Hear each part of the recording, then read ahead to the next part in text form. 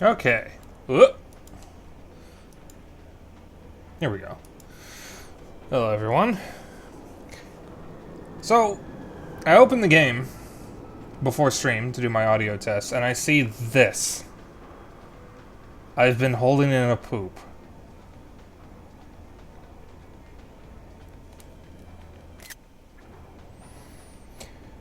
Hello. Hello. I Yeah. load the game sim key, and I'm greeted with the message, I've been holding in a poop. What? It's The Splatoon community. yes. The Splatoon community has not changed in almost 10 years at this point, and I love it. Yo. Oh god, the Discord reactives are stacked again. Oh, wonderful. Hold on. Give me a sec. Move you there. Oh, there we go. Oh, There's another.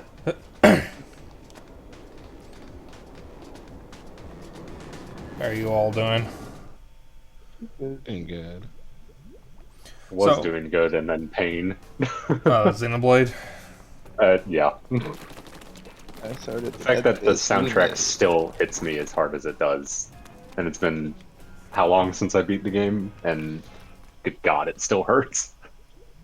Oh, I forgot to say this in Discord. If we could start with Salmon Run, because I did not do Salmon Run at all this month, and I do not have the Firefighter's helmet.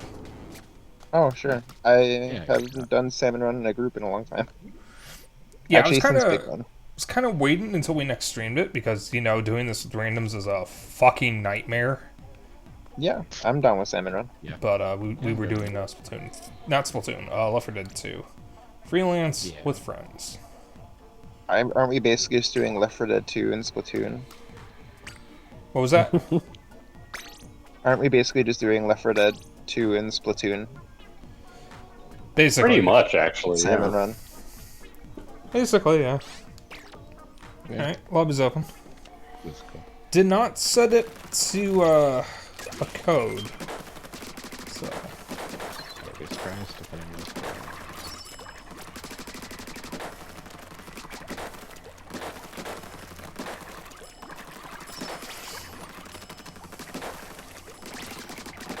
Yeah, how's my audio and stuff sound? you're slightly quiet, but otherwise good. Alright.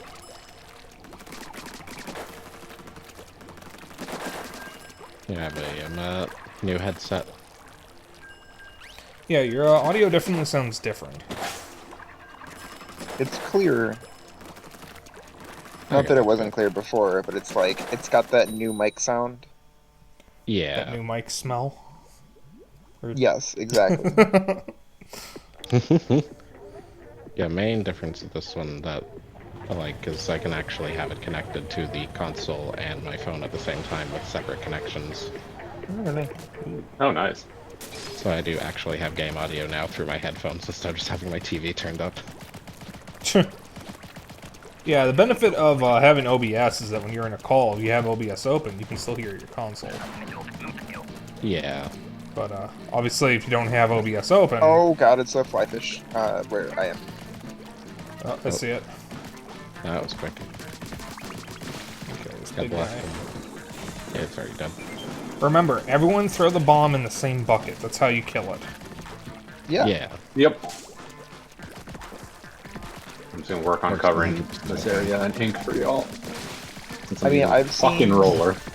I've been on teams where I swear people don't know how to deal with the Tower. Sniper. one like diving enemy, where you have to Oh, like the dolphin fully thing. cover the circle. Or no, not that one. The one Oh, where the it's like underwater, like under the ink, and then it like jumps up at you like I got it's like a stuck. shark. And I see people not throw a splat bomb and decide, hey, you know what I'm gonna do instead? Oh crap.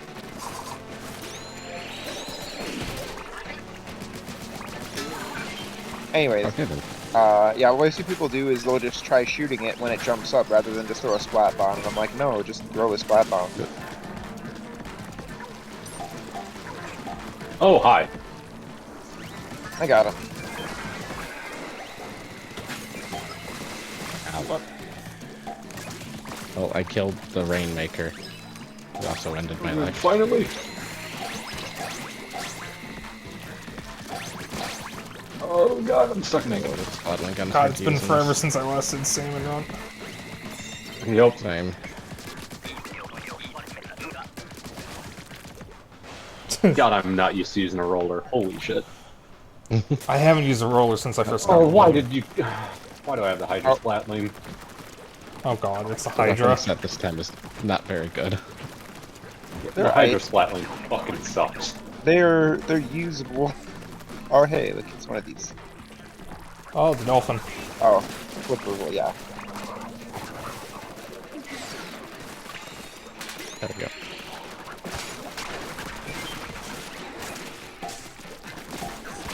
Yeah, these things right here, the thing that's spawning right now, people would just decide, let's not throw the splat bomb. It's Yeah, like, right, that's the method to kill it. They're like, wait for it to jump up and like try to shoot it, which takes way longer. Car. I think Xeno found the car. I found the car, alright. Not like I can really do anything about it, because the fucking Hydra's Snake! Oh, Oh, Snake's it's on a me. snake. No, he's on me. Well, he's on you because... Okay, I just got bumped into the water. There we go. He's dead. He was on there's you another because he one. was following I'm me. dead. Yeah, I didn't see the snake. yeah, Oh, he's on god. me. I got bumped Oh into the no. water. Oh, okay. This is I a was wonderful literally start to the trapped. stream. I could not have gotten out of that. Yeah, I turned around and walked right into the snake because I didn't see him. The weapon set is so bad for this. That was an unfortunate. Oh my god. I got the Hydra Splatling, which takes several years to charge up. We got the Carbon Roller, which goes nowhere. Carbon. Yeah, carbon roller is good. You just Carbon spam, roller isn't bad. just spam the fling. Oh god. Do you guys want to keep trying? Yeah. Yeah, just until we get the helmet. Alright. Might as well. Alright, Not like we're gonna have to do it for very long. Yeah. Yeah, I played I it mean- regular. I played it regularly this month, and I got the 4 gear 1. I got lucky. It's random. I hate that it's random. I wish they would just give you the 4 gear 1 automatically rather than just Yeah. randomly give you whatever they feel like it. It's like I'll take it if Oh, it's even. good like, god, the Hydra Splatling oh sucks. crap! It's tide's coming up. Yeah. Oh, I almost died. Yeah, I'd like it if they just gave it to you, even if you had to still earn the gear slots. Like, I'll take that. Snake. I got it before it even got out of the water. I fell before I could unleash my fully charged Hydra Splatling. Nice. Oh. I thought I got an egg. Big. Oh, the little mini ones went for me.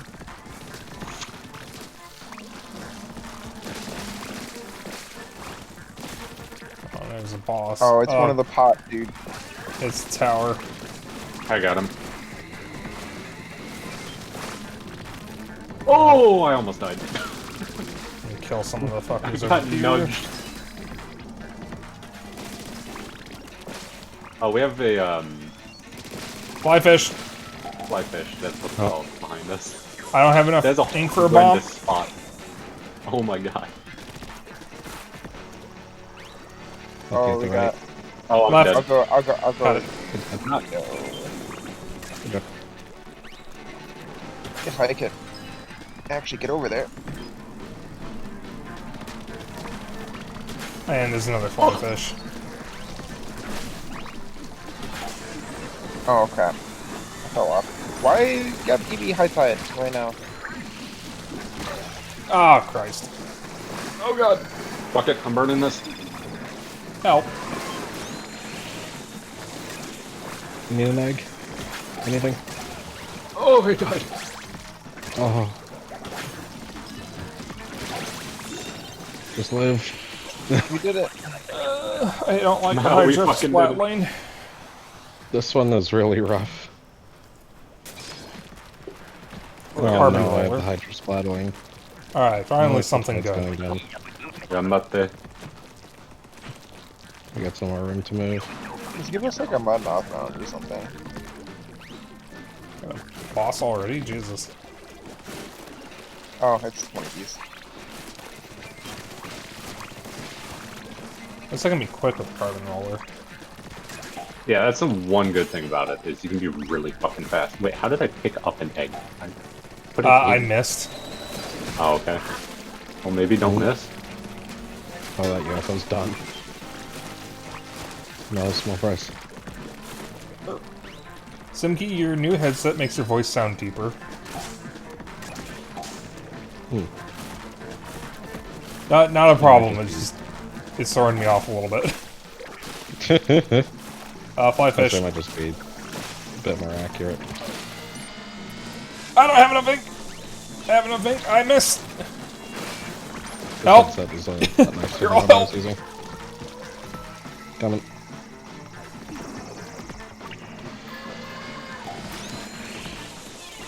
Oh, that missed. Oh, I fucking missed that. Alright. I'm still dealing with the fly fish. Come on, open the fucking bucket. There Oh, we go. have 2 of the fucking bombers over here. Oh my. Alright. It's gonna go. They're just gonna obliterate Dennis, I guess. As I I'm can't just fucking going there hit them fast. from a I'm distance. grabbing like one egg that we need. I'm like, I don't even Okay, we care just need about. to survive. I mean, I'm like, I don't even care about like getting them for the eggs. I'm like, just surviving the round is good enough for me. Yeah. I couldn't hit the 2 bombers from a distance because the dualies I'm using have no range. I spent way too long trying to kill that fly fish. No, I was trying to charge up to kill them. I got the dapple dualies. Oh, My yeah. special is a Special reef round. slider, and I We're don't know what going, that's going to do to oh. help. What's going on? Oh, it's the Goldie. Oh, that's fine. Oh yeah, that's fine. Oh, Right got here. him. Hey, there he is. Wait, no. It was goal on my end. Thank you, Hydra Splatling. Just give me a line Actual, into the like, egg. use here. The one time the Hydra Splatling is actually fucking useful. Did we get enough to win already? We got Yeah. enough to win already. Yep. Well, this is gold, than but he's enough. not here. It being gold doesn't mean he's there. You don't want to break. Yeah, you don't want to open up more than you need to because they'll spawn stuff. But once you find it, you found it. So.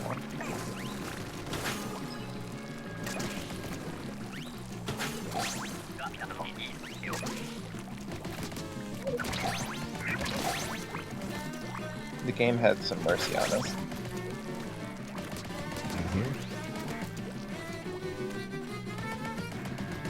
Down here.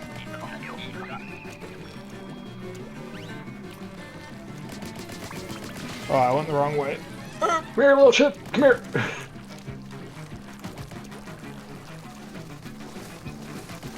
Oh. Was that ink? I missed. Thank you. Make it. Get that last one. Hey. Whew. Well, that one was way better. That went so much better. Holy shit. I guess the Hydra splatling is really good against the Goldie.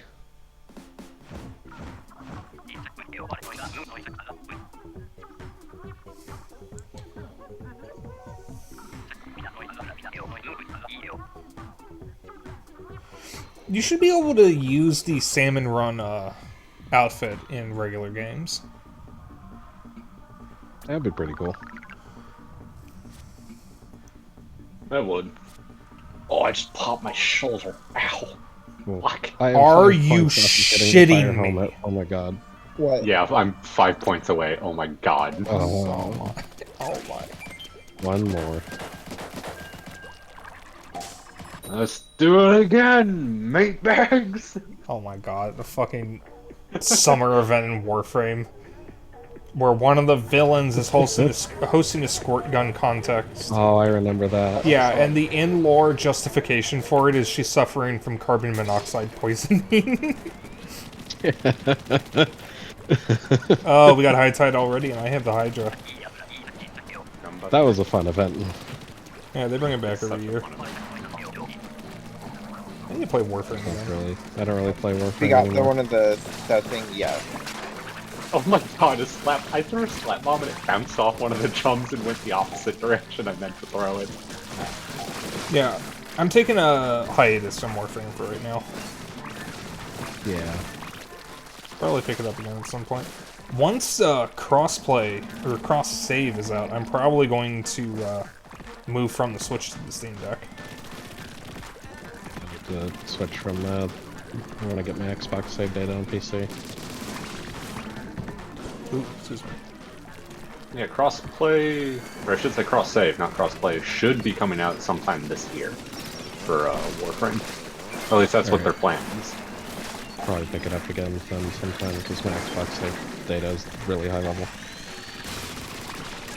Yeah, but I've clocked in like 1,030 hours of the Switch version, and I'm dead. Please. But I wouldn't mind swapping to a console that's or platform that's a little more stable, because the Switch version is not ideal. Snake. Oh, there's a snake. It's not after me. Oh god, I was about to get on the tower, you fucker.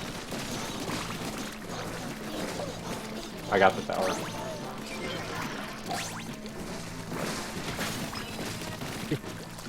Okay, well I didn't mean to fall from the tower.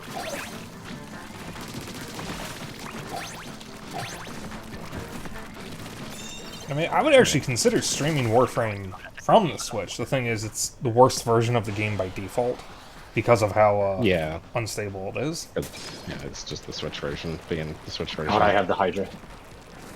Like, it's actually a really impressive port. It should not run as well as it does. That it runs. I mean, the fact that it's running on hardware, not like a cloud version. Yeah. Yeah. Like, for what it is, it's a good port, but by default, it's the worst version of the game. And it's nothing Yeah. wrong with the game itself, it's just not really ideal. Yeah. And honestly, I am loving the Steam Deck. As much as I love the Switch, the Steam Deck is just a better Switch. Flyfish over by me. Yeah, I'm getting fucked up by oh my god, I got fucked up by there you chums. I got just fucking destroyed there. Just watch like 5 chums just around you. I got annihilated. Oh my god. I will say, Simkey, if you want a PC that's like a console, the Steam Deck is basically that. That's why I love it so much. And one. Huh? My laptops. I might look into one of those sometime. My laptop's still doing pretty decent. I mean, I think I will need to upgrade my hardware soon. Yeah, like the deck won't necessarily compete with PS5 hardware, but for what it is, it's pretty damn good. Thanks, Dennis. Oh, Jesus. Feels good there. Oh, they just pushed me through the grate. Hold on, I'll come. Oh, oh! Thank you. The respawn. I got a bunch of eggs. I'm just gonna toss them over here. So pick them up. Oh, I'm getting annihilated again. Couldn't get that in. I got a little tied up there. We cleared. I know I can get you. I got pinballed between chums again. Speaking of pinball, okay. I should find a reason to stream Space Cadet Pinball. You need a reason to stream it? You can just Oh, we're dead. stream it. Well, That's no, not I true. can't fit that in a full 3-hour stream, so I have to be streaming something else as a backup. I love Space Cadet Pinball. I cannot stream it Yeah, for you 3 gotta hours. Could Shit. do like an XP, Windows XP era like showcase or something. Get some other games from that time period. Oh, like Unreal Tournament. Technically a little before XP, but that isn't a game that I played on XP. Yeah, if I can Maybe actually I'm not. get the full game that Space Cadet Pinball was a part of, Oh, that God. would make for a good stream. The full what is? This is the one where I use all my specials on. Space Cadet Pinball was actually a demo for a full game. Oh. Yeah, it's Yeah, that actually. a lot of people either don't know that or forget that, but it is a demo Use for your specials, people. Oh. Live, live, live! Booyah us. Yes. I was trying to do. Oh, Goldie's vicious. Yeeted an egg off the side. I have all the Oh, flies God. on me. Yeah, 3D there's Pinball spam. Space Cadet is a demo for 3D Pinball. Ah. There is a chance I have a copy of 3D Pinball on the old XP computer. Use them specials. We just have to survive for 5 seconds. Live! Oh, live. Hey. Oh, thank God. There you go. I burned both my specials there to just Yep. buy time. I mean, no reason not to on the last wave, even if there's an extra wave, because you will only get one use in the extra wave, regardless of whether you use them or not. Yep. So you can always safely burn them on the last round. Yeah, for that one, I saved my specials until the very end to just buy time. Since you're invincible for the majority of specials. Yep. And with the Booyah Bomb, it's like free revives, basically. Oh, yeah. Same with the Reef Slider as well, if you just run over your teammates. There we go. Okay, I'm leaving. Hey, got it. Yep, same. Oh, you That is did? a horrendous weapon combo. Yep. Yeah. It's funny, like, 3 of the weapons are fine, but one of them is so bad it undoes... Wait, why are we... Eh? Wait, why are we still I gotta here? leave. I gotta leave the room. Yeah, you gotta leave Get the room. my stuff. Okay. Oh, I see. Yeah, on my old XP laptop. Ah, that's how, okay. There's one possibility I do actually have 3D Pinball on there. I could just send you the files. Well, I mean...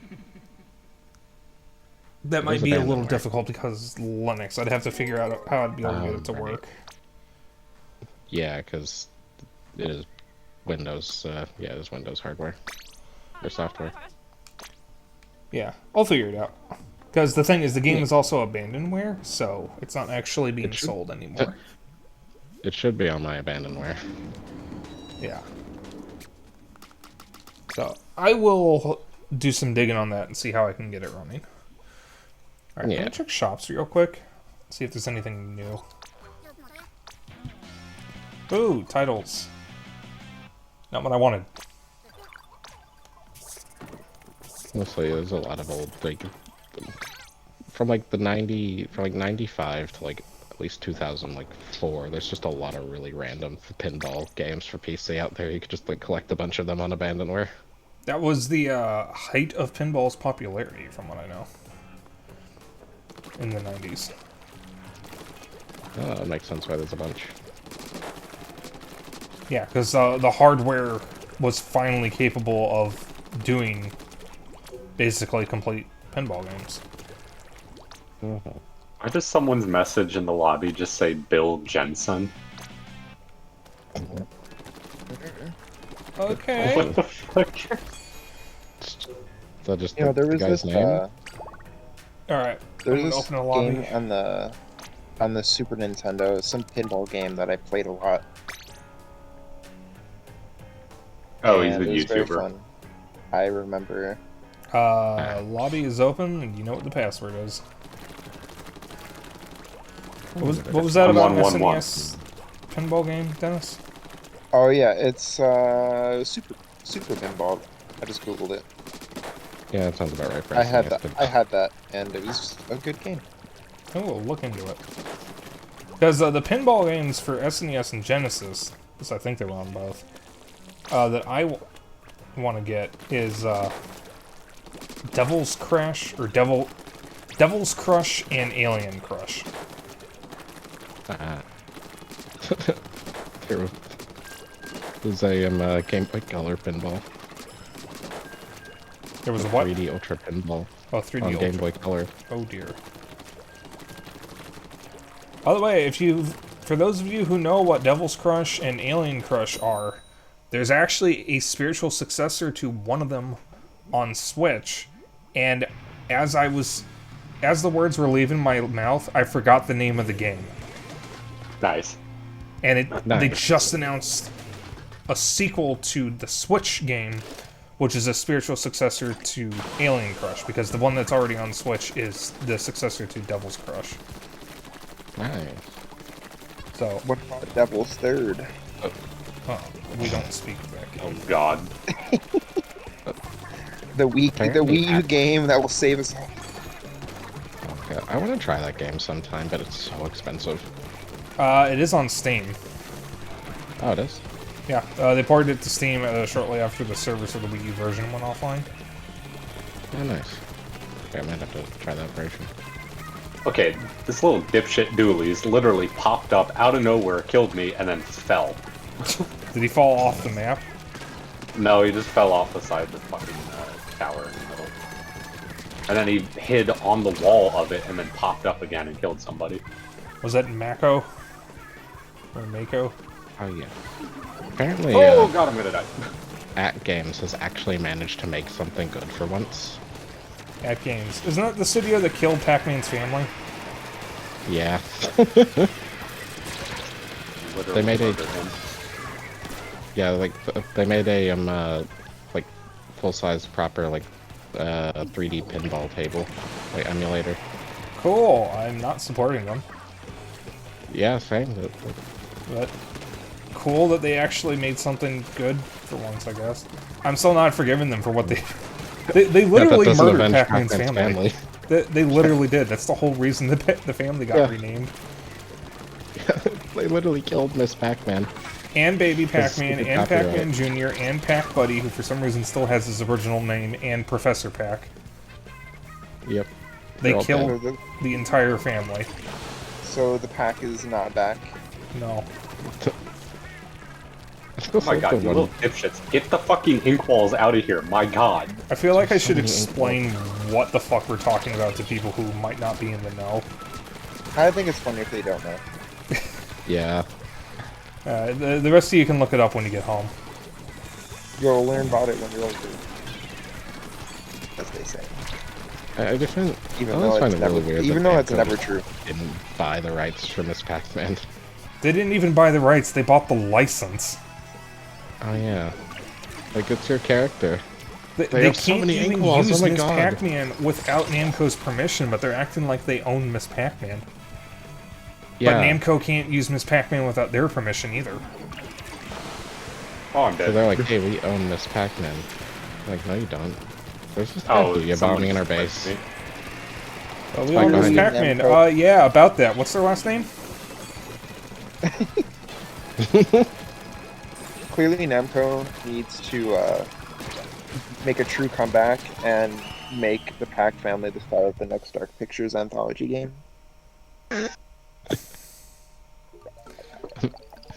Co-op horror game where you try to save Pac-Man's family from the ghosts.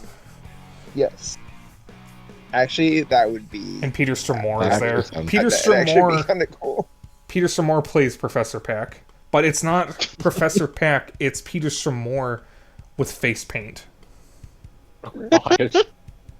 Like, every other character is just like a regular, like, Pac-Man, like, person, and then there's just him in yellow face paint. Just with a, like, lab coat on. Okay, now that we've joked about this, I actually want to see that because there would just be something uniquely terrifying about Peter Stormare with Pac-Man face paint. God, I need to play the Dark Pictures games. I only have Man of Medan, and I never played it because I never finished Until Dawn.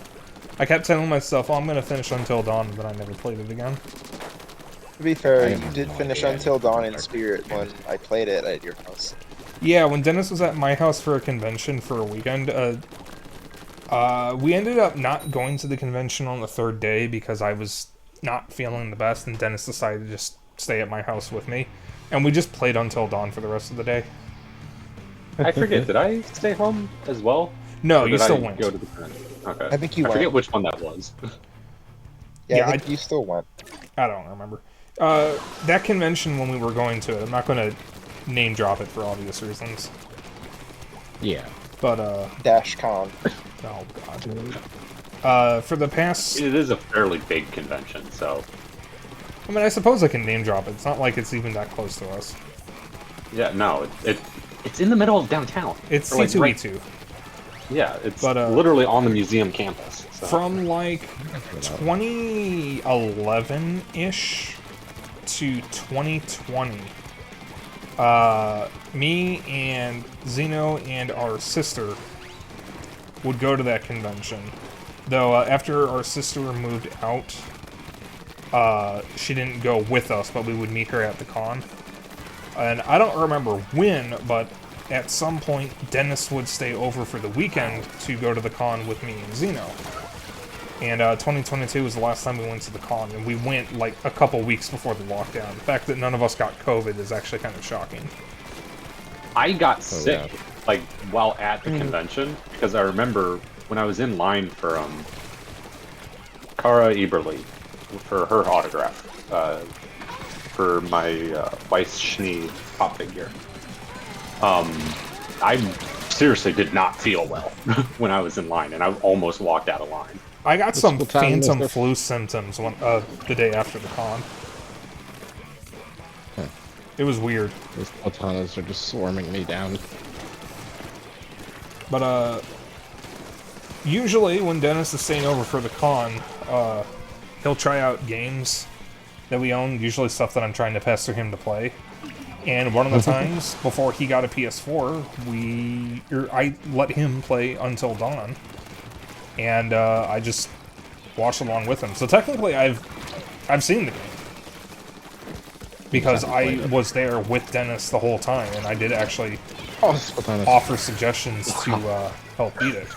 So I could technically just play Random Ever. And also, we are fucking dying. We're not it's just a bunch of melee enemies, and they just swarm you. My run of Until Dawn was far from perfect. Yeah, Dennis managed to get everyone killed except for like 2 people. No, it was fine. I saved half the cast. You saved 3 characters. No, I saved 4. Who's the 4th? Because you saved Sam, Mike, Jess, and Emily. Oh, I forgot Emily survived. Yeah. I was in the zone with her action sequences. Okay. Oh, there's a crab. My one complaint with Until Dawn is a couple characters, in order to save them, you have to make decisions as them that don't seem to be in character. What was the black guy's name? Matt. The way you save him if you don't have the flare gun on him is to do something that doesn't make sense for him to do. That's the weirdest one. That's the main one I'm talking about, because to save him, when he and Emily are trapped in the mine shaft, you have to jump either immediately or after asking if Emily is okay. If you try to save Emily, something happens and he dies. If he doesn't have the flare gun, and the only way he keeps the flare gun is if he doesn't trust Emily, because if he doesn't trust Emily, when she gives him the flare gun, he won't use it immediately. That was like this smallest brain moment when he just fires it immediately after getting it. It's like, bro, what are you doing? And he only does that if he trusts her. He has to not trust her for him to not use it. He has to agree to her with the fire gun. No, he has to agree to the plan to go to the fire tower to signal help versus just going back to the lodge. And I don't understand why he would just shoot the flare off unprompted. Yeah. But okay. Yeah, it's a weird choice. Until Dawn has a couple moments like that that are like fucking point and click logic. Yeah. It's like, alright, you can't save her immediately. You have to ask if she's okay. And then jump. Or wait. Yeah, and then jump. Yeah, it's almost like with fucking Owl's Guard. In order to save yourself in a specific scenario, you have to lay a scarf on the floor to walk on it to muffle your footsteps. Note, you wouldn't know you could do that unless you actually have the scarf, otherwise you don't see the prompt about the floor. Oh. Yeah, point and click games are fun, but their logic is questionable. Point and clicks as an entire genre are a genre that I will immediately use a guide with, because if I don't, I could miss something as simple of that thing you thought was a background element is actually interactable. Or not knowing I'm supposed to look at an object, not try to use it. I will say nothing is going to run beat like King's Quest games. Oh god. I have Well, King's yeah. Quest Beat Collection. I streamer need to play it. stupidity with. Oh, There's this choice in The Quarry, the other game by the Until Dawn developers. The other game that That isn't pretty much- Dark Pictures Anthology. Yeah, it pretty much just flat out says, like, if you choose this, your character is going to die, and then all the streamers get all shocked Pikachu face when their character dies when making that choice. And it I wish happened they to a lot would. of like YouTubers and streamers, and it's like, Your character dies if you pick this option. Is surprised. well, it's It drops dead. it's like a cliche, like, open the spooky door with the loud sounds behind it. Ooh, what's gonna happen? And you have the choice to not do that, and if you do it, then your character just dies. Didn't you do that in Yeah. Until Dawn with Ashley? I also did, but they frame it well. That one has actual plausible reasons for you to actually open it up, considering where I was in the game and who was still alive.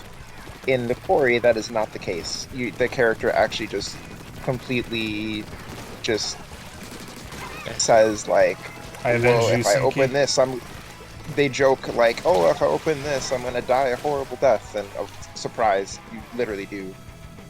It's like, Surprise. what did you expect? What did you expect was gonna happen? You know, if I get those on Steam, I could easily stream them. It'd be a pretty cool stream. Might save that for Horror Marathon. Might save that Yeah, for next Quarry's Halloween, pretty actually. neat. Yeah, The Quarry's pretty Yeah, fun. since you already kind of have the game stream. It's October already set up. I don't plan that far in advance. Okay. Yeah, usually I plan my October stuff in the summer, so that way I know what to save for October. See. We actually almost lost that. Hey. Yeah, I'm willing to repurchase games on the Steam Deck if it makes it a little more convenient to stream, especially if I can get them on sale. Just because the PS4 is kind of a nuisance to lug around because we have an external hard drive hooked up to it. Yeah. If Zeno and I can finish a few more games on PS4 that we are unlikely to play again, but still want to keep, we can probably just uninstall them from the external hard drive and lessen the need for it. Yeah. I think we need to go through the hard drive anyway and like uninstall a couple of things. Because I don't think we ever uninstalled Jurassic World Evolution Yeah, after I got the sequel. yeah, and you'll probably be fine with uninstalling the second one once you get your own Steam Deck. Yep. Yeah. Yeah, Zeno is talked about possibly getting the Steam Deck too, and one of the things he wanted to get on it was Jurassic World Evolution 2, which I checked on ProtonDB, has a platinum rating. You don't need to change any settings; it just works. Oh well. Literally be getting a Steam Deck so I could play Jurassic World Evolution 2 with like better customization options and Unreal Tournament, and that's basically it. I mean, I got a Steam Deck. Unreal Tournament, what's and that? Left It 4 Dead. doesn't exist. Oh, fuck you, Epic. Yep. Yeah, I know how Xeno works. When he gets a device, he gets it for a few specific things, and then eventually he'll branch out. Yep. Especially since the the Steam Deck is actually absurdly stable. I have What do had, you mean? I have I'm sure that. been spending like about maybe a little over 100 hours with games on the Steam Deck, which has mostly just been 2 games specifically. And I have had 2 issues that were solved with restart. Nice.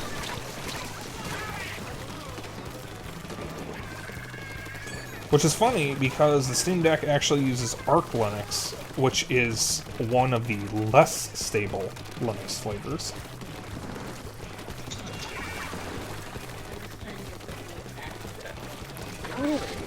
Geist on the GameCube. What was that? Do you have a Geist? Geist? I do not have Geist, but I wanted to get it. I know the game's not very good, but I like the concept. Yeah, that's what I've heard. It's a really cool concept. I believe the guys who Only, made Geist also made Metal Gear Solid Twin Snakes. I think so. And they made a 3DS game called Heroes of Ruin, which was a halfway decent Diablo clone. And then they shut down. I think because of Square Enix. Don't you guys have phones? Yeah, no, Geist actually is pretty cheap. That was usually. Blizzard, Dennis. I know, it was Diablo. You said it was a Diablo phone. Yeah, that's true. I still cannot believe that Diablo Immortal came out, got the reception it did because of its absolutely dog shit monetization, and it was still nominated at the Game Awards. Yeah, the Game Awards set out some weird nominees. Well, last year they nominated 12 Minutes for Best Narrative, and if you know anything about that game's narrative, it should not have been at the awards show at all. Oof. Yeah, I don't even know how that game got, like, in. I feel bad for Willem Dafoe. Because I Willem Dafoe don't and want to Daisy really got necessarily roped into spoil that the one. game, but let's just... The best way I can put it is 12 Minutes' plot twist is not safe to talk about on stream. Yeah. It's bad. It's really bad. bad. Keep in mind, the Game Awards also nominated It Takes Two for Best Family Game and Elden Ring for Best Narrative. Yeah, Elden Ring's narrative is almost non-existent because it's almost entirely passive. And Yeah. It Takes Two is not a game you would play with your family. No. I'll give Elden Ring a pass on that one in just regards to, like, you know, it may be a I more like passive it. narrative, but some people like that, and I'm sure it tells a great, like, story if you dig into it. The only reason why it got nominated for narrative was because of George R.R. Martin working on the story. Yeah, He was one of the that'll do. writers, and that's literally the only reason why it got nominated.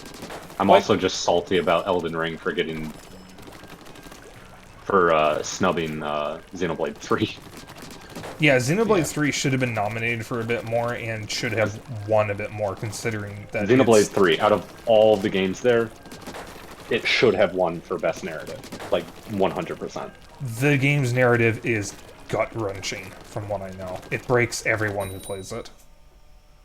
Altogether, I mean, it's about a 60 to 70 hour game, and altogether, I think I spent a good 12 hours bawling my eyes out because of that game. Wow. It is extremely painful, even more so if you've ever lost someone close to you. Good time. And while we haven't really lost many family members that we were close to, we did lose a pet that we're all still recovering from. And I know Yeah, it's not the same we've thing, lost but a couple of family pets that have been with us for almost 20 years. yeah, So all they're in the essentially same, family. all in the same year, basically. I think. Yeah, pretty much. Yeah. And But that's yeah, still a loss. Xenoblade 3 is a very painful game. And And if anyone is considering playing it, Well, Splatana? ESRB rating hinted at something and then they reworded it, but there is a suicide warning for the game. Oh. Yeah. keep in mind, Nintendo game. Yep. Yeah. Nice. Yeah. It is a very, very dark game. Yeah. That sounds it. And Xeno's reaction to Xenoblade 3 is what made me finally get off my ass and finish Xenoblade 1. I'm still working on Xenoblade 2, but I kind of think the reason why I've been playing only a little of it lately is because of how much of Xenoblade 1 I played towards the end of the year, so I think I just need a little break from that kind of game for a bit. But I will be going back to Xenoblade Thomas 2. won't leave me alone. Not playing it God. on stream because it's like a 60-hour game. Yeah, that'd be a lot. Yeah, Xenoblade 2, I think, is closer to about 70 or 80 hours, depending on how much grinding you want to do in order to get the rare blades and whatnot. Okay, the Xenoblade Splatoon 3 see me, is- and they will literally just stop attacking whoever they're fighting and just start heading towards my direction. Splatana is rapidly approaching your location. Is it just Mar? Oh no, there's two Splatanas. Both of them. Oh, I'm dead. Both just see me and just start sprinting me down if they spot me. I just ate an entire They've just been extreme. spawn walking me. Oh, this Splatana dude is really annoying. Yep. I just want to leave my spawn. Ah, finally one of them's dead. Anyway. Yeah, I fucking got him. That was just Mars. I want that twink There's still obliterated. another one somewhere. There's the other one. Got him.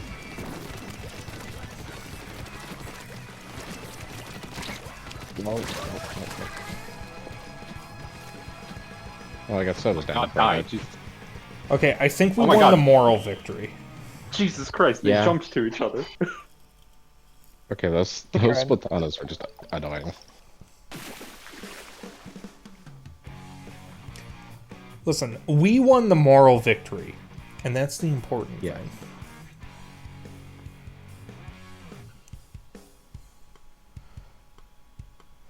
Oh, by the Yeah, way, one I of them had discovered the where the tag- phrase... Or the, Huh? one of them had the title "Better Than You, Big Man Fan." I don't like For that. what price? I actually discovered where the phrase "Don't you lecture me with your $30 haircut" comes from. Oh. It's from the Funimation dub of Dragon Ball Z Android 13. I've One of the never heard that androids says phrase. that to Trunks.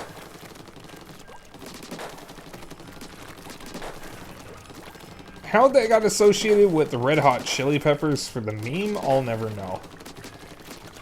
Yeah, I'm not sure either. Fuck. I've never heard that phrase or that meme. I can send you it after stream. The version that I'm familiar with is someone using AI voice, or one of those AI voice things to make the Heavy from TF2 say the phrase and then start singing a Red Hot Chili Peppers song. What the fuck? Yeah, The someone TFT. animated it in Source Filmmaker. Yep, 2 different people did, actually. Yeah, And they came out within hours of each other. both of them at the exact same time. Just, I need to do this. My time has come. God, I wouldn't be against streaming TF2. I do not trust the community. You literally need to like set up actually just like censor bars over chat and where the weapons pop up. Oh, I'd also have to disable sprays. And you can't have voice sprays chat are on. disabled by default on servers now. Oh yeah, I'd have to disable voice chat as well. I'd have to find some way of disabling the custom names that people can use in things. You can turn off the weapon showcase, I think. Yeah, so essentially I'd have to turn off a bunch of the things that make the games fun because I can't exactly trust that the community isn't going to do something stupid and get me banned. Yeah. The solution: play console TF2 on Xbox 360. I mean, that would be interesting. Wait, There's still a TF2 is on community for console? that game. Yeah, Yeah, they're it's in great on Xbox. 360. I love it. I had I've no played, idea. I've played many hours of it in my life. It's good. Yeah, Oh, so these the guys are small literally community just following it. lining up for me to murder them. It's weird nice. too because the Xbox 360 version of TF2 is update 1. Yep. It hasn't been completely changed vanilla. since it launched. Yeah. That's completely because vanilla. EA Oh, handled It's the because that console was the ports. era when Microsoft like charged for significant updates. Oh yeah. That's why the the passing in Left 4 Dead Valve. 2 on 360 is DLC instead of free. Valve Valve did the 360 port. EA did the PS3 version Ah, okay. Yeah, PS3 version ain't too hot. because It's the 360 Uh, version. Gabe Newell actually straight up hated the PS3. Understandable. He didn't even want to touch it. Yeah, he was very big on PS3 hate. Well, Yeah. everyone was, because the PS3 fucking sucked. Yeah, he literally came out and, like, pretty much said, I don't understand why anyone would even want to develop for this game, or this system. Well, it was a nightmare to work with. Yeah. Why it has the worst versions of everything, typically. Yep. It was sabotage. Like, it's got some good games on it, but they don't run very well. Obliterated somebody. The only version of There's only Skyrim a I've version of actually finished is the PS3 version, and please don't ask me why, because I still ask myself that. Yeah, I played the PS3 version of Skyrim first. And, as well as New Vegas was the last game I played on my Super Slim. Because New Vegas actually corrupted my Super Slim's hard drive to the point where it was unusable. Jesus Christ. Wait, New Vegas moment. New Vegas New just having a Vegas normal actually one. destroyed my PS3 Super Slim's hard drive. It's actually a feature, not a bug. fucking hilarious. Yeah, didn't even know that was- I think I had like 100 hours or like 140 hours on the same save. So it just got to the point where the game crashed like every 5 minutes and I just couldn't download anything. I really need to sit down and play through New Vegas, but I'm absolutely terrified of installing it on my Steam Deck because I don't know what it's going to do to the deck. I'll update The it. game is fucking spaghetti code. Yeah, New Vegas is amazing, but it is very Skyrim poorly is programmed. spaghetti code as well. Skyrim is spaghetti Those code, but it games- won't corrupt your hardware because you just fucking picked up a gun in a weird way. Fair. Bethesda games are just spaghetti code in general.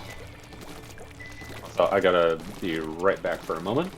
Alright, I'm gonna give me a chance to check shops. Yep. I know Skyrim gets a lot of hate by some people who think it's not an RPG, but I love Skyrim. It's fun. If not a little, like, completely broken. I use mods to enhance the experience instead of just going wild with stuff.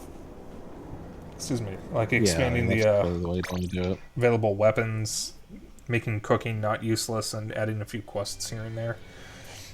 But I like it because I can get lost in the game's world, and I can live out my fantasy of being a gay lizard. Yeah.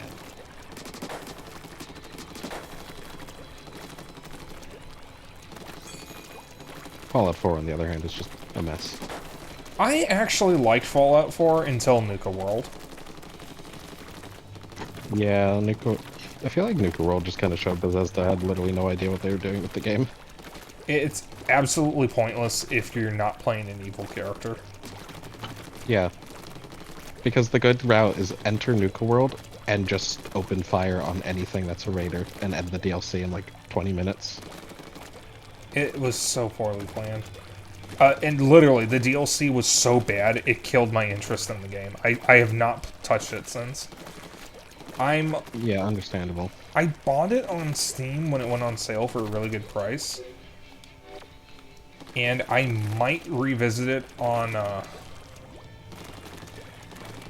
I might revisit it on the Steam Deck with mods, since I'm not playing on PS4 anymore and I can actually use good mods. And I might just ignore Nuka World entirely. Just don't even install it. Because I did like what I played, and I liked the settlement building. Because it was nice customization, and I got to turn Red Rocket into a decked-out base. It was really fun. Sorrow says, did you hear? They brought Nuka World to Fallout 76. Yay! I'm so happy about that. Fuck Nuka World. All my homies hate Nuka World. I am so glad they brought the best part of Fallout 4 to the best Fallout game. There's absolutely nothing else that I would love more than Nuka World in Fallout 76. I genuinely cannot think of anything else that I would want more than that. They somehow have a track history of, like, final DLCs that make you not really want to play the game anymore, because the same thing happened with Fallout 3. Yeah. It was Mothership Zeta. Someone told me, I think it was Bao, that Dead Money in New Vegas is probably the only Bethesda DLC that's worse than Nuka World. Also, Rooms Open. And Dead Money's also the first. Yeah. Dead Money's also the first. Rip. I think. Yeah, Dead Money is terrible. I had a lot of problems with that one because Dead Money wants you to use stealth at all times, pretty much. I've heard was that a despite that, tanky gun build. I've heard that despite that, some of the story is cool and its themes are cool, and I know that all of the DLCs in New Vegas build up to an ongoing narrative across all four, so it's still at least worth playing. Yeah.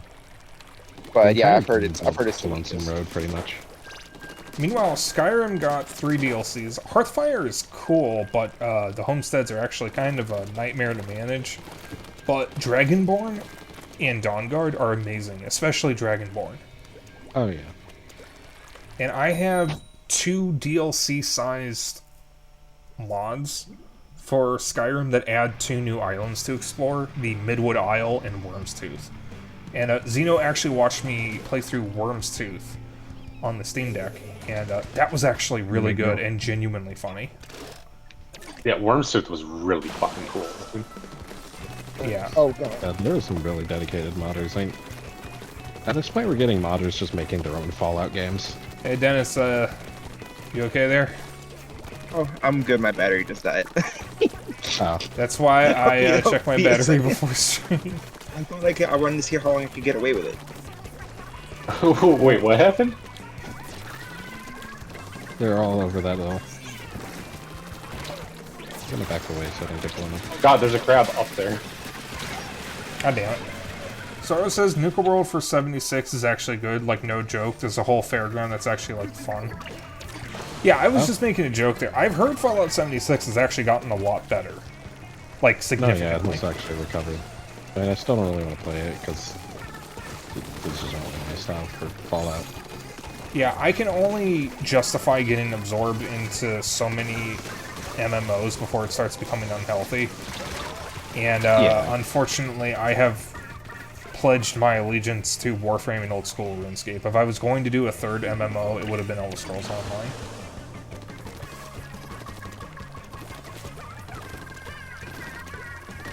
And the thing about old school RuneScape is you never truly quit it. You're either playing or taking a break. You never quit RuneScape. Never for good. Yeah, the MMOs that I mainly play is hiatus on Warframe, hiatus on Phantasy Star, and actively playing Destiny 2. Oh god, I forgot about Phantasy stuff. I don't have the time to invest in so many MMOs. Like, even ignoring classes and streaming, I'm already juggling so many games. I can't justify it.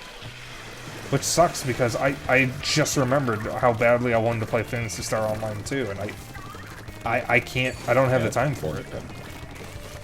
New Genesis is kind of a mess right now, but you get 2 in New Genesis. Enjoying Star Trek Online so I can come stomp everything with you. Last I checked, hon, Star Trek Online does not really work well on Proton. It has issues with the mouse.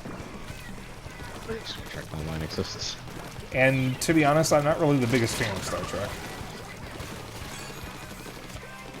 I like a couple of the shows, but I don't know.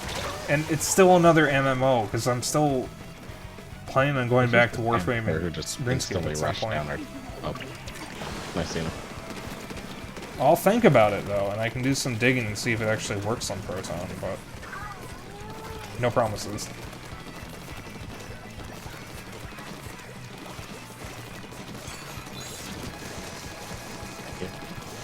That is the same person that I I'm not good with the sniper, I just want the ticket from it. Understandable, have a nice day. I will say, Han, that if it does work on Proton, I will get it set up on the Steam Deck and see if I can get it working, and maybe I'll play with it, or play it with you for a little bit, but I don't know if I'll stick with it. Because when I play games, I like to play them to complete them, and then if they're getting constant updates, I like to stick with them. Which is a problem when I have an interest in so many games. I have to make decisions. I can't play everything. Let's get into the best MMO, Anthem. No, the best MMO is Final Fantasy XIV, the massively online multiplayer game from Square Enix. Did you know that you can play up to level 50, including the award-winning Realm Reborn? I forget the thing. God damn it. I need to memorize that Fantasy shit. 11. Huh? How about Final Fantasy 11? On the PS2 specifically. Didn't everyone hate pretty that sure one? pretty I much think everyone any forgets version. that even exists. Yeah, Yeah. FF11 was their first attempt at an MMO, from what I believe, or from what I remember. It's got a small community still going on community servers. Oh, this is from one of a group, I think. I don't like their This is names. definitely a group. I'm pretty sure like everyone who plays FF14 has for some reason just memorized that whole spiel, because anytime I talk about the game, I just get that spiel from anyone who plays it. It's Oh, yeah. because it's the PR blurb that is used all the time to promote the game, so everybody just memorized it as a joke. Yeah, FF11 was actually really hard, kind of hard to do on PS2 because you needed to get the hard drive. Wait.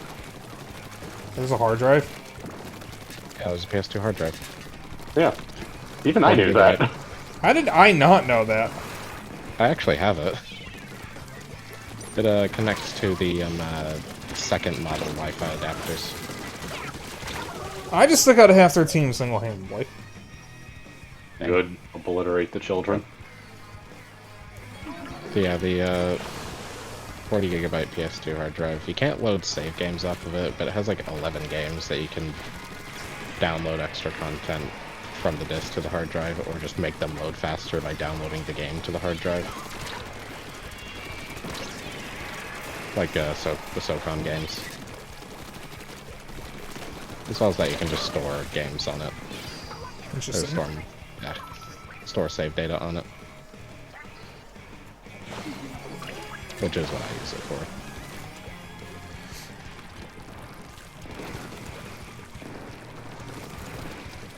I also need a fat model PS2 to actually use it, because the Slim and weird Japanese exclusive Extra Slim Whoops. don't have slots for it. We do have We a fat, have that model.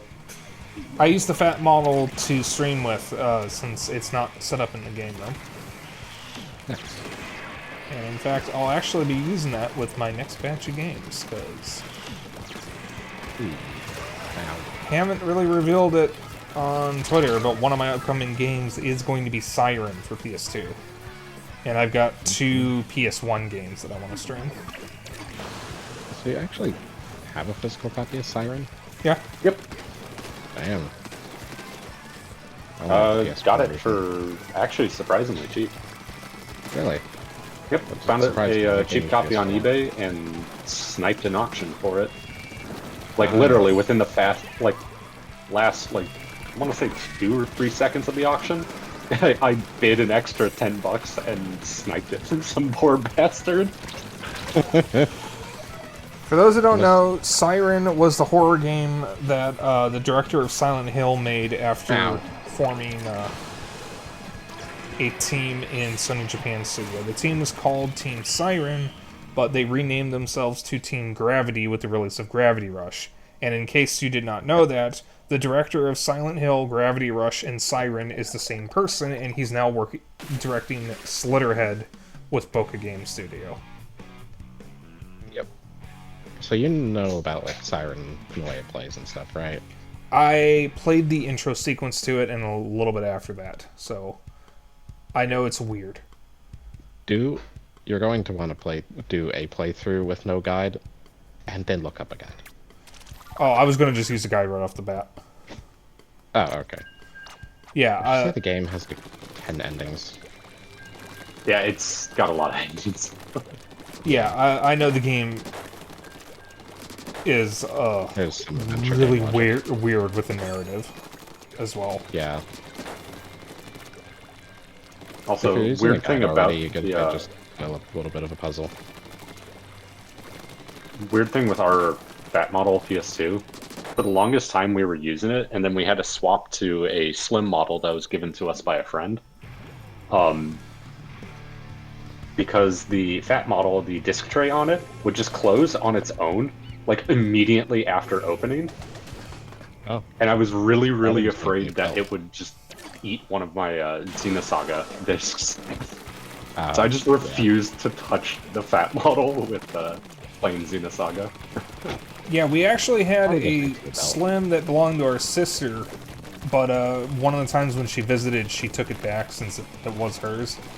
So to replace it, I bought a Slim from a shop, which eventually refused to read PS2 discs correctly, but would read PS1 discs instantly,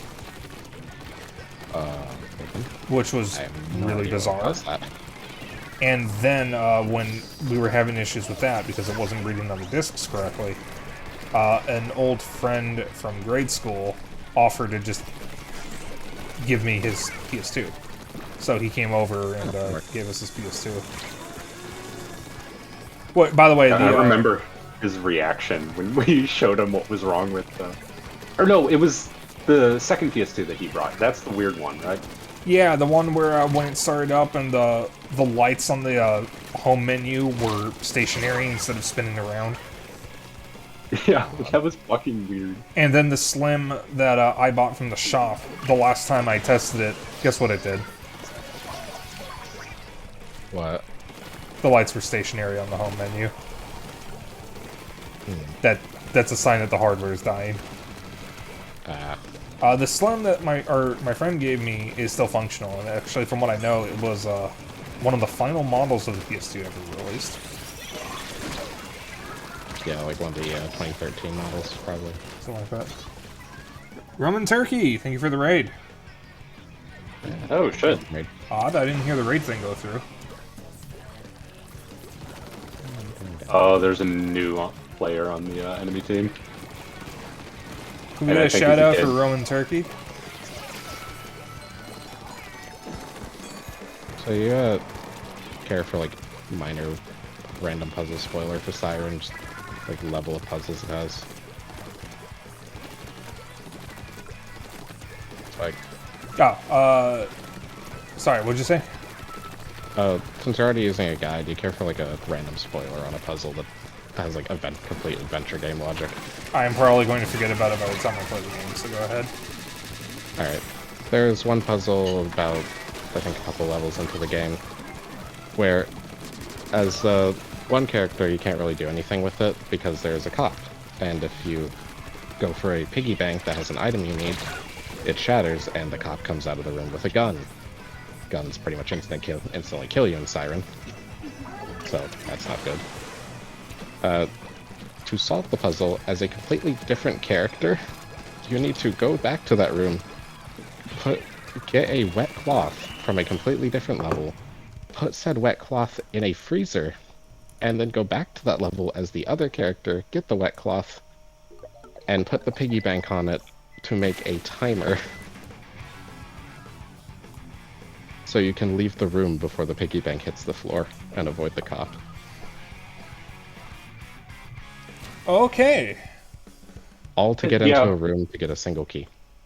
Welcome to Siren. It makes no fucking sense. Yeah. It's really good, but it uses a lot of adventure game logic. Pretty much everyone is guaranteed to get the bad ending on their first playthrough because of that. Jesus. It's not really an adventure game, but there's a text... Okay, well, it's an adventure game, but it's a text-based one. Hitchhiker's Guide to the Galaxy. Oh yeah. In order to actually play the game, you need the thing from the vending machine that in the book grants the main character the ability to understand the alien languages. In order to get that item and thus actually play the game, you need to undertake about 12 extremely specific steps in a very specific order, and if you mess up any one of them, you lose the item and you can't play the game. Oh. Douglas Okay. Adams, the author of the book, wrote the game himself. Ah, So he knew what he was doing. nice. Because simply Nothing putting the has money in more- the vending machine causes it to get stuck. Wow. Nothing has more adventure game, goofy adventure game, like 50-step logic than the one and only Takeshi's Challenge. Oh It's not god. really an adventure game, but that is, It certainly is a game, and it certainly is an adventure, though. That would be that would be a good one for a bad game stream. I would have to emulate that, and Yeah. I'd rather just avoid that game. I don't know if I'd call the game bad, but I wouldn't call it good either. Okay, That's fine. it. Just If you, hide won't this play, squidge. if you won't play that game, I got a better one for you. Desert Bus. Oh god. Well, again, keep in mind that I don't emulate on stream unless I'm playing a hacker translation, so I'm only going to stream something if I can get an official version of it to play. Well, Desert Bus would be entertaining for all of 2 seconds. Yeah, Desert Bus is also PC, I thought. Like, it is. I thought it was a Genesis. It's on PC. I thought it was. Wait, what is Desert Bus? Is that part of? It's the Penn and Teller thing where you just sit on the bus. And Yeah, that's a Genesis game. Yeah. Okay, I didn't actually realize it was a Genesis game. I thought it was a Genesis game at least. Huh. To I Google. don't know, actually. Well, if you could wait on going to Google until we kick this kid's butts, then we can figure Yeah. out where it was made and when and who. That was the wrong thing to say in the first place, but now I'm running with the joke and it's no longer funny, so I'm going to shut up. So do you Well, have a if Famicom, you're or done with the no? joke, you have to announce you're done with the funny. Yes, sorry, I'm done with the funny. Unfortunately, it's not 4 p.m., so I'm not doing a backsacking crack. True. Simkey, if you don't understand the Right. joke, you need to play the Stanley Parable Ultra Deluxe. I see. And guess you you need to don't play Ultra Deluxe because half of that is not in the original. Oh my god, that dude just got pushed off the side. Also, genuinely play the Stanley Parable Ultra Deluxe because it's one of the funniest games I've ever played.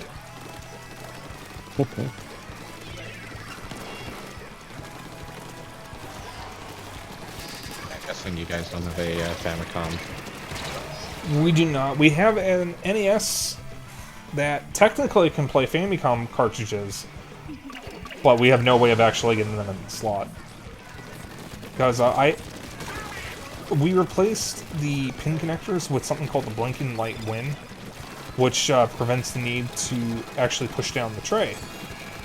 So that way we don't have to constantly replace the pin connectors. Yeah. And technically it's region-free. We can't fit a Famicom into the slot, but if we could, it would be region-free. You can get adapters. Well, we could also just pop the top shell off. We are not popping the top shell off. I will look into adapters, because some of the Namco NES games I want to get never released here. So, Yeah, I have a bunch of the Namco games on Famicom. They're really good. they're really good ports. They're the best ports outside of the PS1 collection, which is ports, not Yeah. emulation. Yeah, Takeshi's Challenge only goes for like $10. Gee, I wonder why. It only Actually, goes for pretty much any $10 because Famicom most game. people don't know how to finish the game.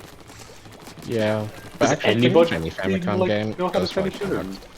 $10. Forgive me for referencing him, but JonTron did it, and it took him 2 years of recording to actually finish the game because he did it without Oh, cheating. looks like someone needed to look up a game guide. You know, Probably could I have don't saved even a know if couple years on that one. I don't think you actually would even be able to finish it because you need a mic. Wait, what? Oh yeah, the Famicom Only the controller had a Fam- mic. Well, that I only knew. the Famicom Model 1 has a mic in it, and Takeshi's Challenge wants you to sing karaoke into it.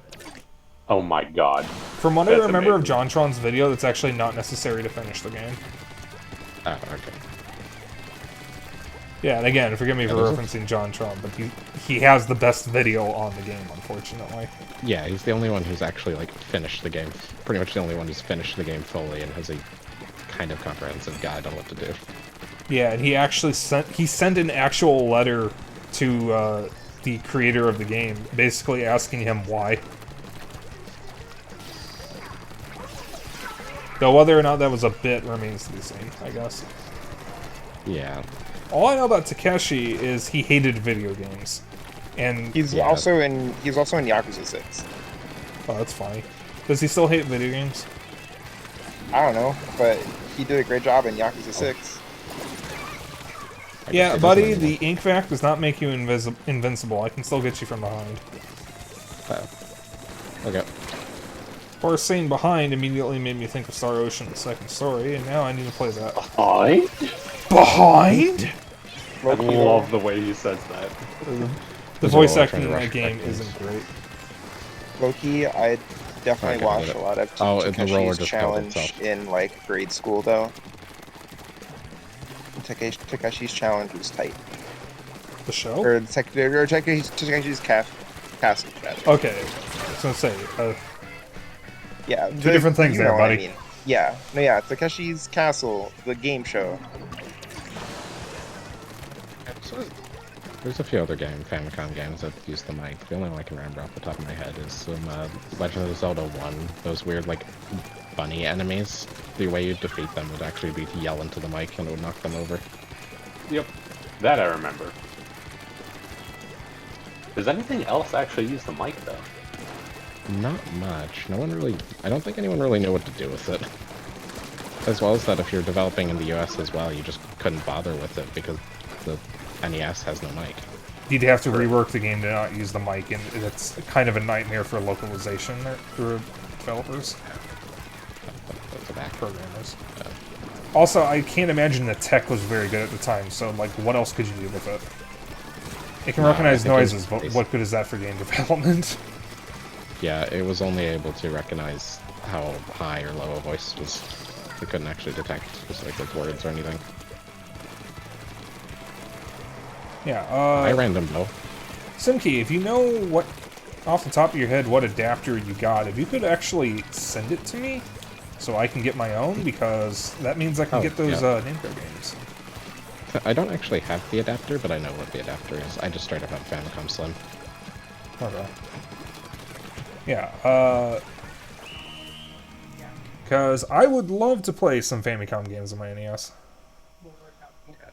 Because Also, my the- plan was to flesh out the NES collection a little bit with some arcade ports, which would have been mostly Namco games, but I discovered that most of the ones I want actually never released here. Yeah. I can also actually give you a eBay seller who sells them for who sells Famicom games for extremely cheap. That I use all the time. Oh, sure, yeah. Because my priority really would just be getting Dig Dug 1, since that's the main one I wanted, but it didn't release here. But, I mean, I wouldn't mind getting the other Namco games that didn't release here. Yeah, there's a really high chance he has them because he gets Famicom games a lot, and most of the Namco games he sells them for like $5 or $10 free shipping. That's nice. Simkey, have you played Tower of Draga? I have. What do I you like think of it? I haven't gotten very far in it, but I like it enough. I think it's underrated. I'm playing the Namco Museum on PS1. Yeah, how do you think I got introduced to it? I have Good luck had... finding the other volumes. Yeah, we have volumes 1 and 3, which are also the only ones to get greatest hits releases. I would love to track down the other volumes, but they're just too fucking expensive. The actual cheapest way to track them down is to buy a Japanese PS1 Slim and the Japanese versions. It is genuinely cheaper than buying any of the American versions of any of the collections. Well, I would need a Japanese console anyways, because there's a 6th volume that was only in Japan. The Encore volume. Yep. The registered symbol. And that also only released in a collector's pack, which isn't too bad. I sent you a picture of that a really long time ago. Yeah, you did send me that.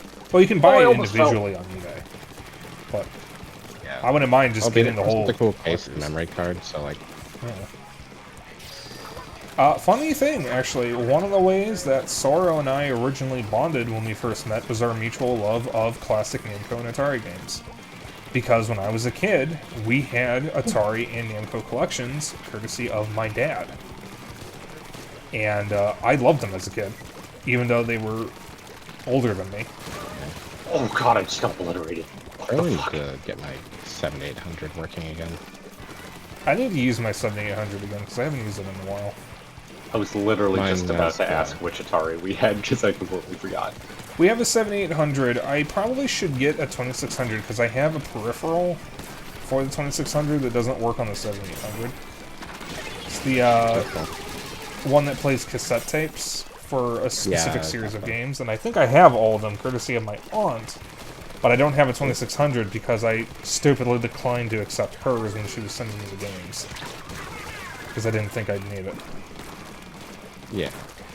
And I can't just ask if she but still cheap. has it because I'm no longer on speaking terms with her. Yeah. Unreliable, but if you want to go the cheap route, there's always the Junior. Yeah, I'll look into it because I gotta figure out which one works. Ow. Viper.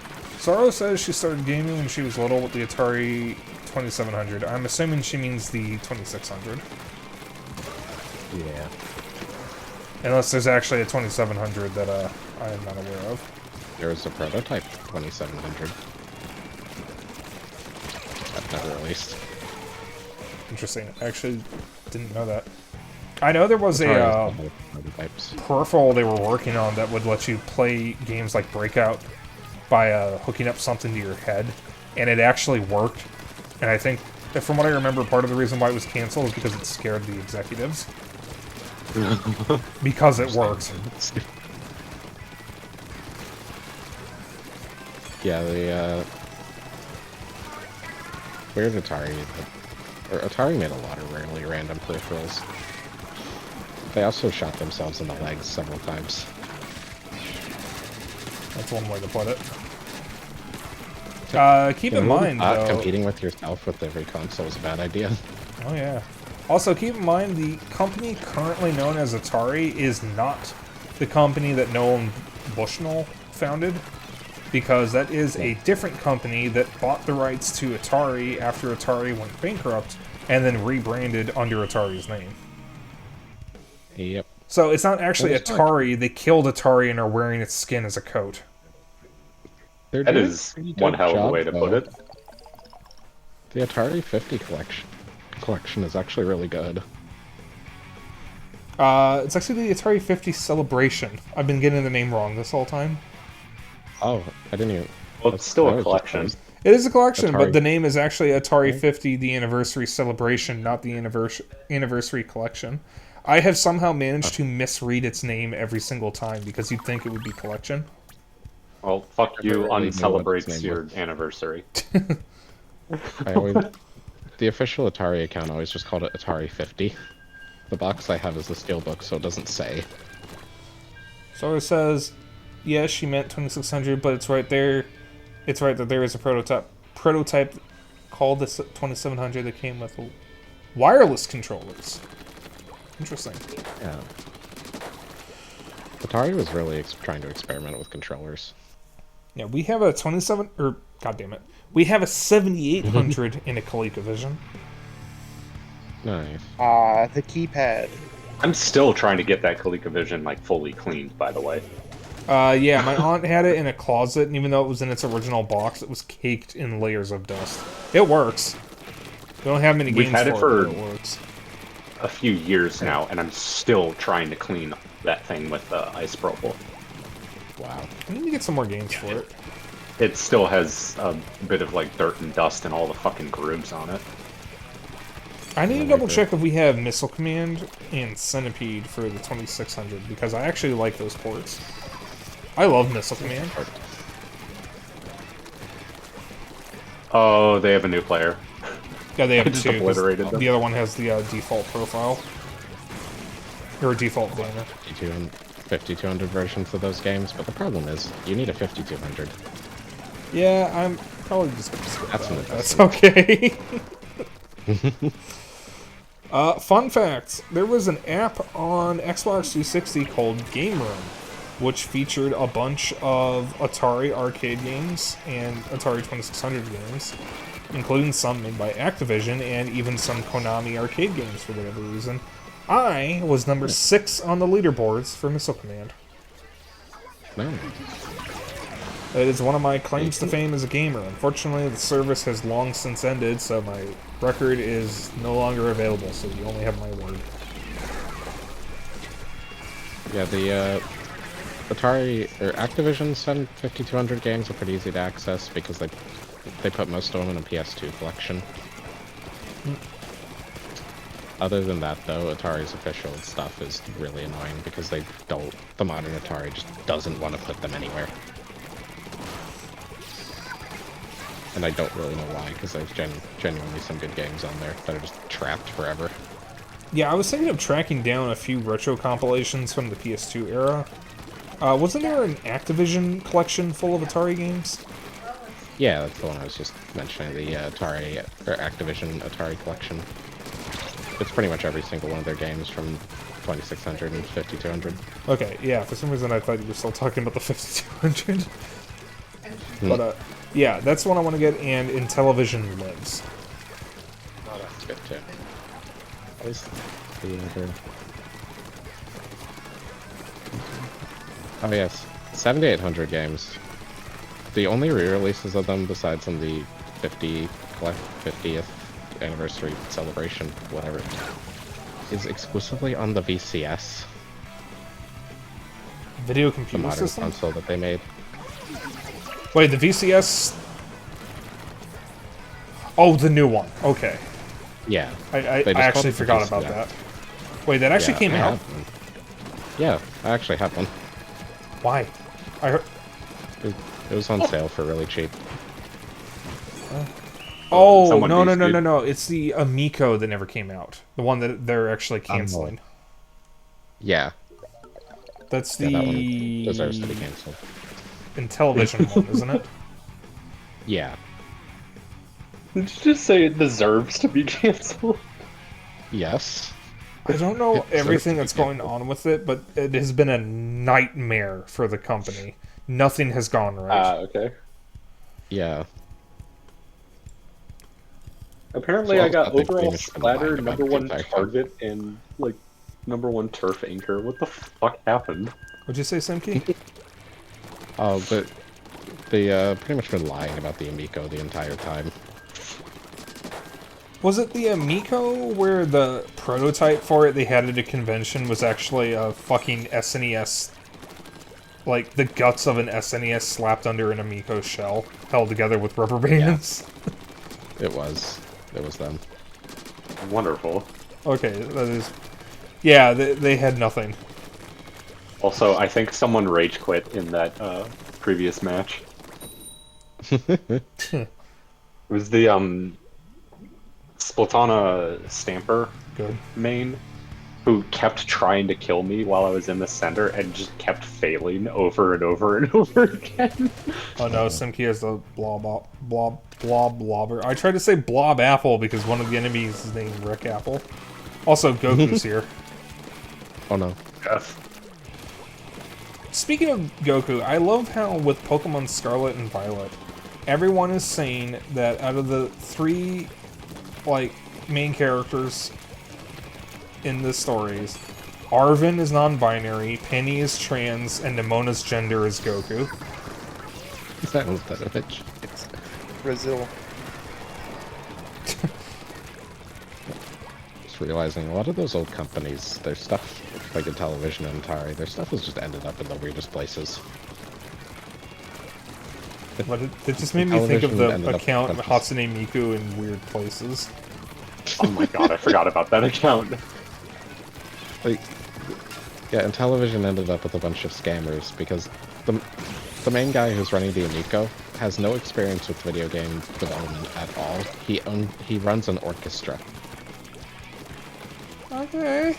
He's a musician. Atari ended up with the new company who's honestly doing a decent job, but for some reason the Jaguar, specifically the Atari Jaguar shell, ended up with some random guy in Brazil. What the To fuck? Brazil. Wait, isn't it used for medical, for like dentist equipment? When they were done with that, a guy in Brazil bought it and last I heard he was attempting to start production of new 7800 or Jaguars. I'm sure that's how He copyright works. Oh yeah, no, the guy had no idea how copyright worked, and he showed up to a trade show with literally with actually just a Jaguar. He showed up to a Someone gaming finally trade show killed with Rick Apple. actually just a Jaguar in a clear shell that he M64 made. killer. And the Jaguar that he showed up with wasn't actually even like functional. It was a broken. I'm pretty sure it was a broken motherboard. Dennis, did Most you just say the Jaguars kinda N64 broken. killer? At this point. Dennis, did you just say the N64 killer? Yeah. You know the Jaguar didn't compete Jaguar. with the N64, right? Yeah, I might be off by a generation, but You are off by a generation. it had the spirit. Yeah, You're a little It was trying to confused, but you compete. got the spirit. Genesis and NES. Or- Yeah, it was a no, 3DO that SNES. competed with the N64.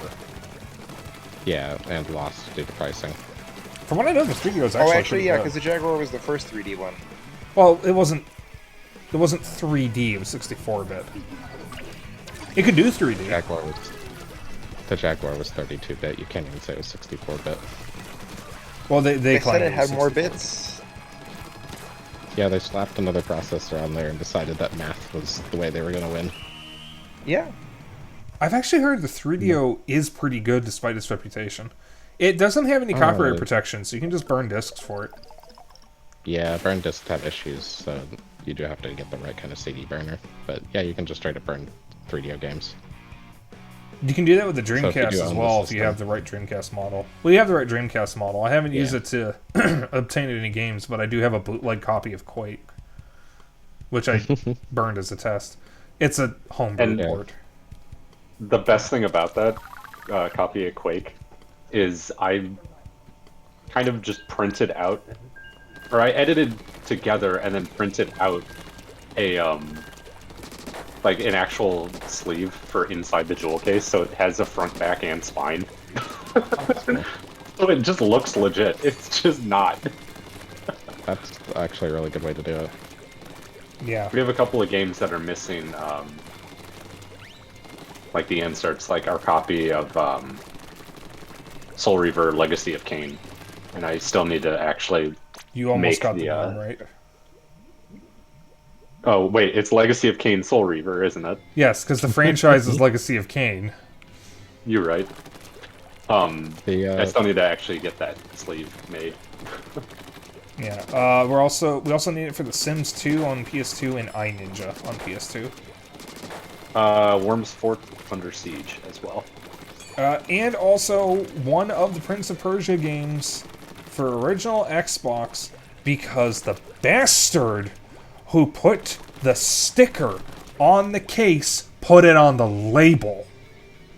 Oh, It no. takes more effort to pull the label out and put the sticker on it and then get it back in than it does to just put it on the front of the fucking case. They actually went Yeah, through the why- trouble of pulling the label out to do that. Yep. That occupies a Yeah, portion of yeah. my mind Do that. every waking moment of my day. There's a few games I have where someone like just decided to put the labels on the inside of the case as well. I think it was. Yeah, I have a copy of 007. Not the World Is Not Enough on PS. I'm opening a new lobby. I don't remember the name, but it was not the World Is Not Enough. Just is literally coded in EB game stickers for some reason, Jesus. There's a hydrate to the redeem point from where you Dennis. almost can't see the manual. Oh, wow. Because I'm pretty sure it just kept getting sent back and forth from that EB Games. whoever owned it originally. Oh, by the way, I have an odd James Bond game that I actually considered streaming earlier today. Like, considered putting it on the list, but I'm concerned about the music. Which one? The GameCube version of From Russia with Love. I think he'll be fine. Okay. Yeah, Unless some I SoundCloud know rapper that. decides to copyright you again. Oh, did I never actually say what happened on stream yet? No, No, you I don't haven't. think so. Okay, so one of my last streams, I think it was the Inscription one from earlier this week. Yeah, it was Inscription on Monday. Yeah, as part of the intro, I have music playing. I have specifically curated the songs to be songs that I am extremely confident will not get me in trouble. They're all video game music, and they're not from companies like Square Enix, and they're not from licensed games, and I have done my best to keep vocal songs out of the playlist.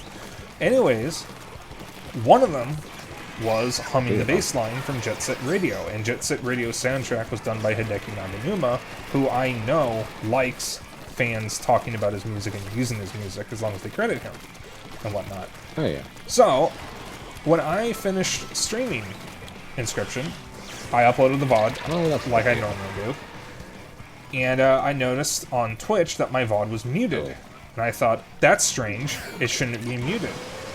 I checked, and it was part of the intro that was muted because Humming the Bass Line was muted in the intro. The song that Twitch claimed I was playing and didn't own the rights to was by a rapper named Viper called If It Ain't Broke, Don't Fix It. Huh, I thought, that's definitely not correct. So I appealed without looking into the song first because I was going to do that anyways because I know I didn't play that song. Dennis found the song and it was on SoundCloud.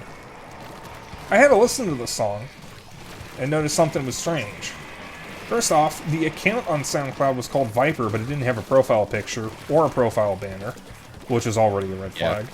This song does not appear on the discography for Viper, and in fact, the only sites that even attribute it to him are really shady-looking music sites. The song is literally Viper rapping offbeat to Humming the Bass Line from Jet Set Radio. Humming the Bass Line from Jet Set Radio is one of the few songs Hideki Naganuma made for the game that doesn't actually have much sampling in it, so it couldn't have been from Viper. Yeah. That guy, I don't think his SoundCloud account actually properly exists anymore, but that guy was notorious, like, a few years back, for literally releasing, like, 3 albums a day. I think at max he got up to, like, 2,000 songs. The fake Viper account, you mean? No, the real Viper, the rapper. Okay, because the real Viper was active in the 80s, from what I know. There's another Viper then. Yeah, I think the Viper that we're talking about is the fake one. Yeah. Because I don't actually know there was a Viper in the 80s. Yeah, he was born in, like, the 70s and was, well, no, he was active between the 70s and the 90s. So when I looked it up after getting that artist's name and song, I was like, oh, it's because it, you know, oh, clearly this is a sample from one of his tracks from, like, the 80s, and no, it isn't, because it's not a song with samples. Yeah, and obviously the guy who claimed that song was his, which he somehow managed to copyright and put it in the Content ID system, obviously does not have the rights to Jet Set Radio's soundtrack, because Hideki Naganuma is actually somewhat infamous for requiring in contracts with him that he owns the music, not the game he's working with. Yep. Surprisingly, when I appealed on Twitch, it only took an hour for it to be accepted. Yeah, I'm pretty sure they probably got that mistake fixed pretty quickly, because... Yeah, I don't know much about fake Viper the rapper, but all I know is he releases mass quantities of music every day that just straight up use, like, copyright-free or, like, license-free music, so he can try and copyright people. Yeah, the funny thing is, the pictures that he uses for his albums, that's of the real Viper. So I think he's just some kind of troll trying to fuck with the copyright system and get people in trouble. Oh, yeah, absolutely. But that's not the real rapper Viper. Okay.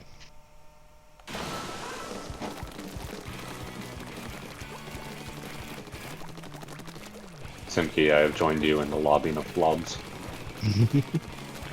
Yeah, I'm still using the Why are you splatter swinging shot. around a toilet? The hot tub. That's a bidet. It's a bidet. It's not a toilet, Dennis. I mean, it is used in conjunction with a toilet. It is not used as a toilet, though. Only if you're a coward. Be fair. I remember Yeah. when Zeno told me when he and our dad were... Actually, no, I'll let That's not okay. Zeno tell That's this, not since he was the okay. one who was actually there. So, I used to be a Japanese taiko drum performer before tension and nerve in my elbow, and then needing to permanently stop playing due to nerve damage. But I went to a essentially a convention for taiko drummers called the World Taiko Gathering, and one year it was held in LA. And my dad, as a taiko drummer as well, flew out with me, and our hotel room had a bidet. My dad, one day, while we were there, just turned to me and said, "If you hear screaming, I press the button." And then he went into the bathroom. Like, honestly though, we probably should invest in a bidet if we can get the fucking bathroom fixed to use one. Because, toilet paper doesn't actually get you clean. No, it doesn't. It just spreads it around. Keep that in mind. Everyone should invest in the bidet. They're actually cleaner. And if you plan on doing any gay things, you're definitely going to want a bidet. Just throwing it out there. Good to know. Nice. Also, going back to the LA story, if you're ever in LA, go to the Little Tokyo and go to the Miyako Hotel.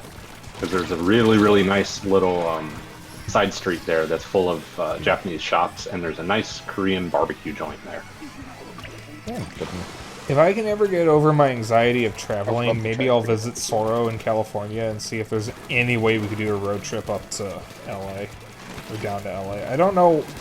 I'm not going to say where Soro lives without her permission, but I don't know where it is in relation to LA. It's not LA, but that's all I'll say. I just yeeted some blobber shots randomly, and I just killed someone. I didn't even know they were there.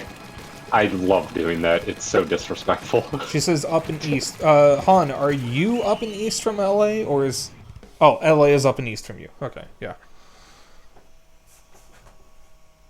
North and east, Han. Northeast. That's the word you're looking for. Exactly 55.5%. Oh, nice. Wait, made to order avocado roll. What the fuck, Dennis? Yeah. God, that just makes me want sushi. Okay, so counterpoint. I go to California to visit Soro, and then we go to LA together to go to Little Tokyo and go to Japanese places. And she comes to Chicago, and I take her to Sushi Station in Mitsuwa. I mean, you could probably just go to a Mitsuwa in LA. Okay, but then she can't come home so we can play video games together. Like, from our collection. Which would be part of the reason why I would be inviting her here. Well, she just confirmed there's a Mitsuwa near her, so okay, then... We can go to your Mitsuwa when I visit you, and you can go to my Mitsuwa when you visit me. That way it's even. We both go to Mitsuwa. Both times. So. There you go. I got a Gravity Rush art book from the Mitsuwa that's near Chicago. And I didn't have enough money to buy it at the time. And I kind of sort of begged my mom to buy it for me, and I told her, I'll do any chores you want. Please just buy it for me because I cannot leave here without it. And she agreed, and then I was basically doing her work for an entire 2 weeks. Yeah, the bookstore at our Mitsuwa, I don't know if every Mitsuwa has that same bookstore attached to it, but it's a really, really nice bookstore. I think the last time I specifically was shopping for gifts for Soro at our Mitsuwa, I bought her a plush of the cat from Kiki's Delivery Service, because they had plushes in the bookstore. They have a lot of Studio Ghibli stuff in that bookstore. Someone is just spamming torpedoes. She says that her Mitsuwa has a bookstore and a plush store. And a plush store, what the hell? Yeah, we don't get a plush store. Nice. God, Mitsuwa has changed so many times in all the times I've been there. Oh, yeah. They're just constantly restructuring. The bookstore actually recently got expanded. They actually fucking tore down a wall and cannibalized one of the other shops. Oh wow. Every time I've gone in there, I've been checking for the Figmas in the hopes that they have the Gravity Rush Figma, but no dice. From what I can tell, they don't have any Figmas anymore. That's lame. Yeah, last couple of times I was there, they heavily expanded the Gundam section, and that was it. Wow, cool, robot.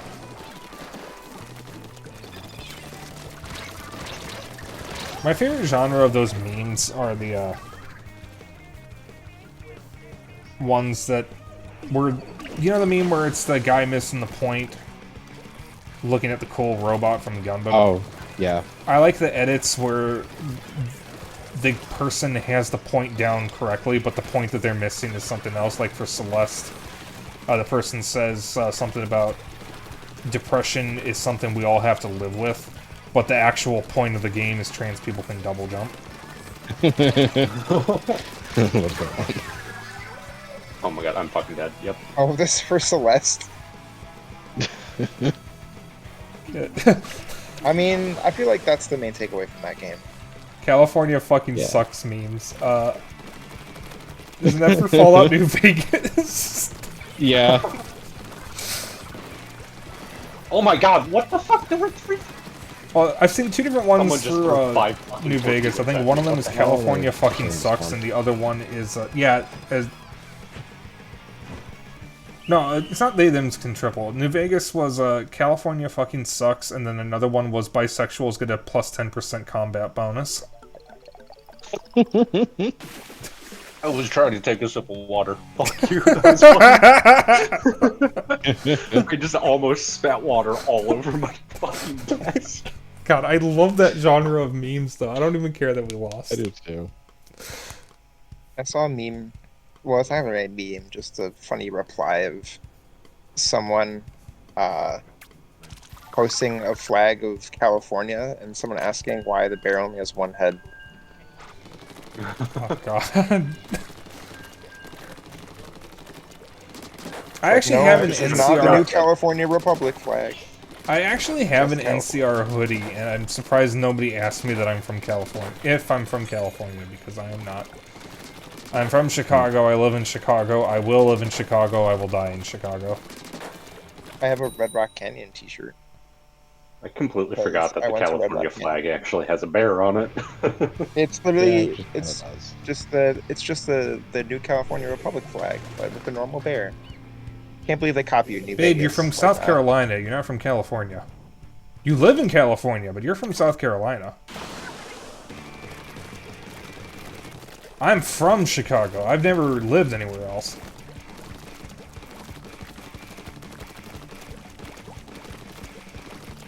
What's the Chicago? Your face.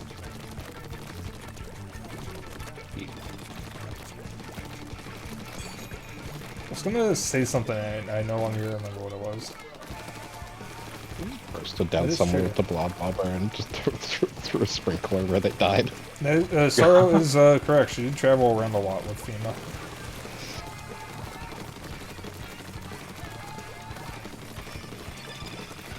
How the hell did my mic hear me pressing a key on my keyboard in order to wake up my keyboard, but not me cracking every joint in my fucking hands right next to the goddamn mic? What the hell? Keyboard key more important.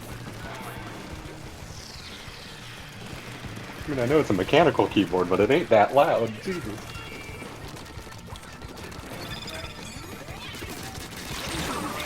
Ow. Well, I actually killed someone, so that's the important thing. Oh no. They have so many torpedoes. Oh, they're all. I just realized they're all using, almost all using the same Splattershot Junior. I forgot to check what rank my weapon's at to see if I can actually swap weapons. A little tired many of the torpedoes. Splattershot Junior. I think we're gonna lose this. I think so. Yeah. Also, Sorrow has been in Texas and Florida because of FEMA, and I am so sorry. I actually don't know which one is worse at this point. Probably Florida. Yeah. Texas has Greg Abbott, so like. Florida has Ron DeSantis. Well, yeah, they're both just fucking horrible. Yeah, let's not get into that too much, but y'all know where we stand on that. Bad.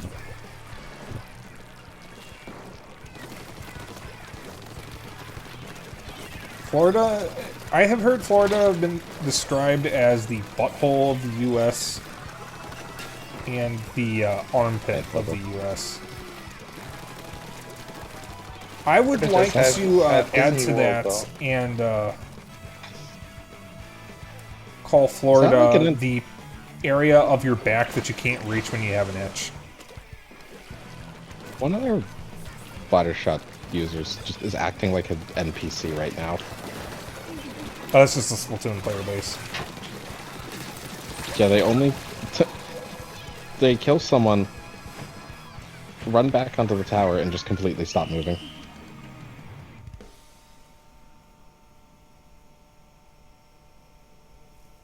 Actual NPC behavior. Zorro says Florida is the penis of the U.S. Would that make California the erect penis? Or is Florida the flaccid one?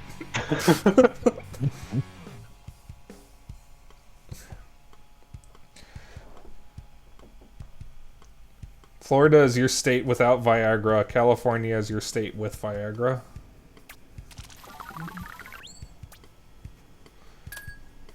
I've been at 69 this whole time. Nice. Hey. Oh, I'm nearly there.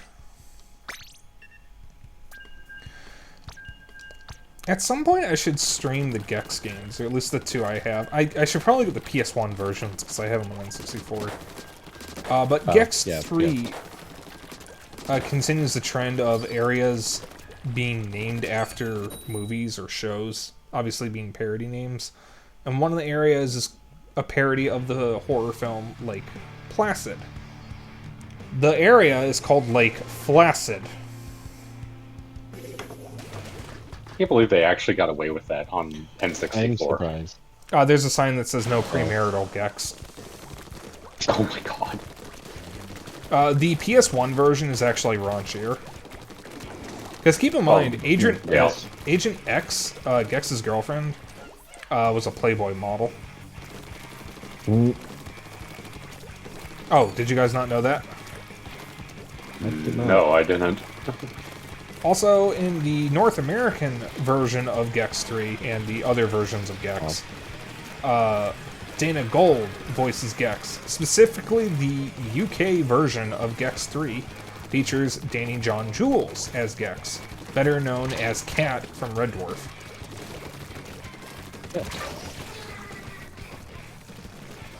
Yeah, I remember the UK versions of Gex all like different voice actors than the US versions.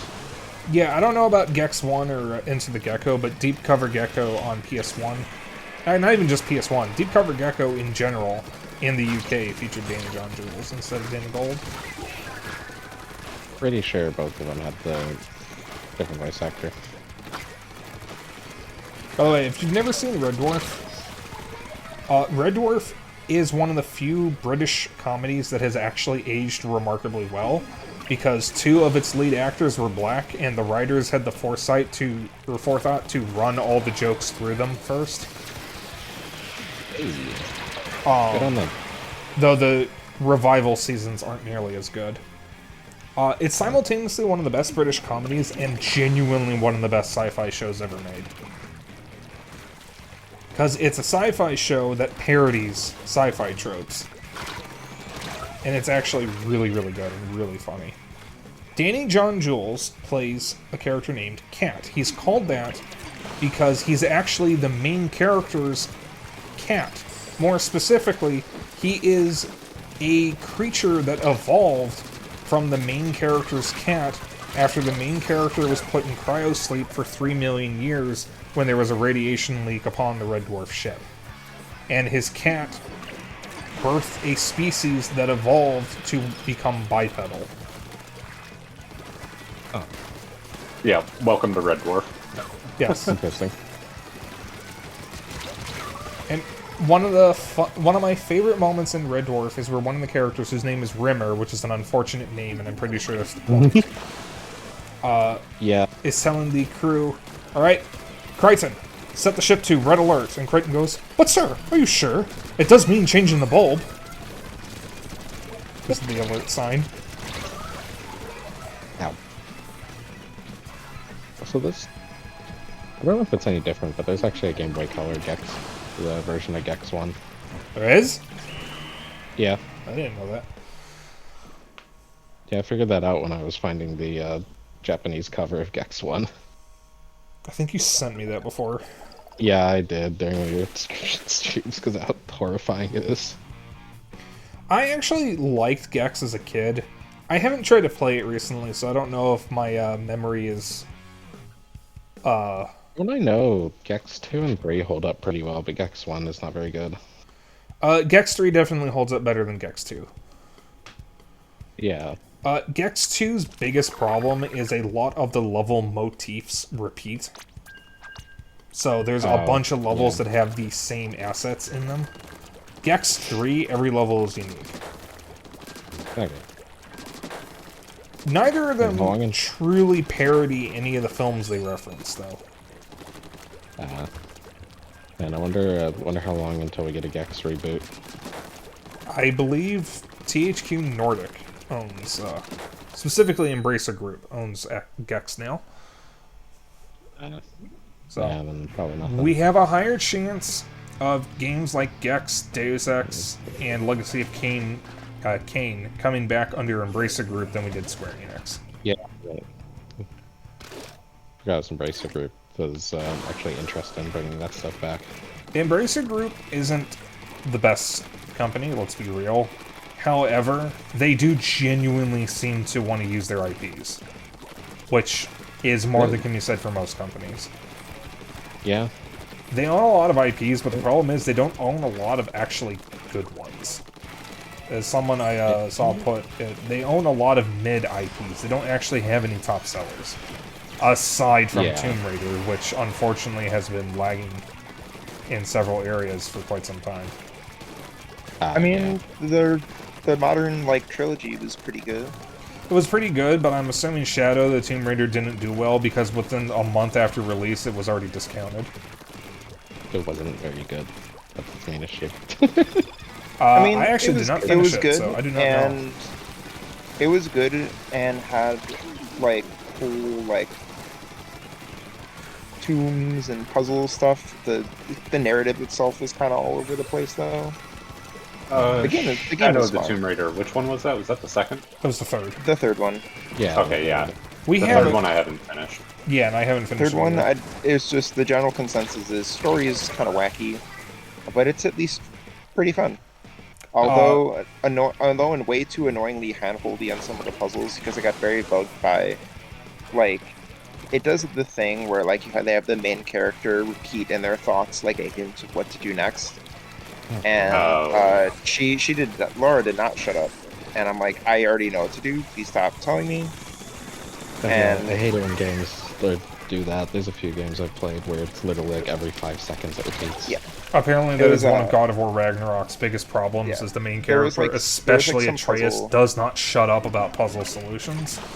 There was a puzzle the game was not letting me just figure out by myself in the sense that I was trying to just do my own trial and error kind of thing, and Laura just kept repeating commands oh, maybe I should check this, maybe I should check that, when I would basically be going back and forth because it was a sort of sequencing puzzle kind of thing. And I'm like, I know what I need to do. It's just figuring out the right sequence to get everything to work how it should. And every time I would do an action, she would The entire enemy team was jumping into our base. Yeah. I'm like, please stop speaking out loud. I can figure this out. I think I remember that puzzle. I'm like, give me some time. Dennis, just get out. Don't stay in the base. Let us handle this. Yep. Yeah. Yeah, no, I'm inking where they aren't. Got one on this side, there's still one on the right side. Oh crap, I don't. I'm trying to cover as much ground as I can before time's For up. sure, God of War 2018 also kind of has an issue with that. Oh, yeah. Yep. I never finished it. Puzzles. I'm going to be honest. Ever since Japan Studio got shut down, I have like lost all excitement and interest in major Sony Holy IPs. sh! We fucking won. By like a Yo. couple decimal points of a percentage. I'm pretty Yeah. sure me just insta-killing some poor bastard who jumped in right at the end is They what are- gave us the win. Absolutely mauling. Yeah. Also, I got to bug out for a quick moment. All right, I'll Okay. just end the lobby then, because that'll give me an excuse to look at shops. So I'm stopping. I'm just gonna run to the bathroom real quick. So I'll be right back as well. All right. Now, like, as I've told other people, I don't hate Sony games. It's just hard for me to give a damn anymore.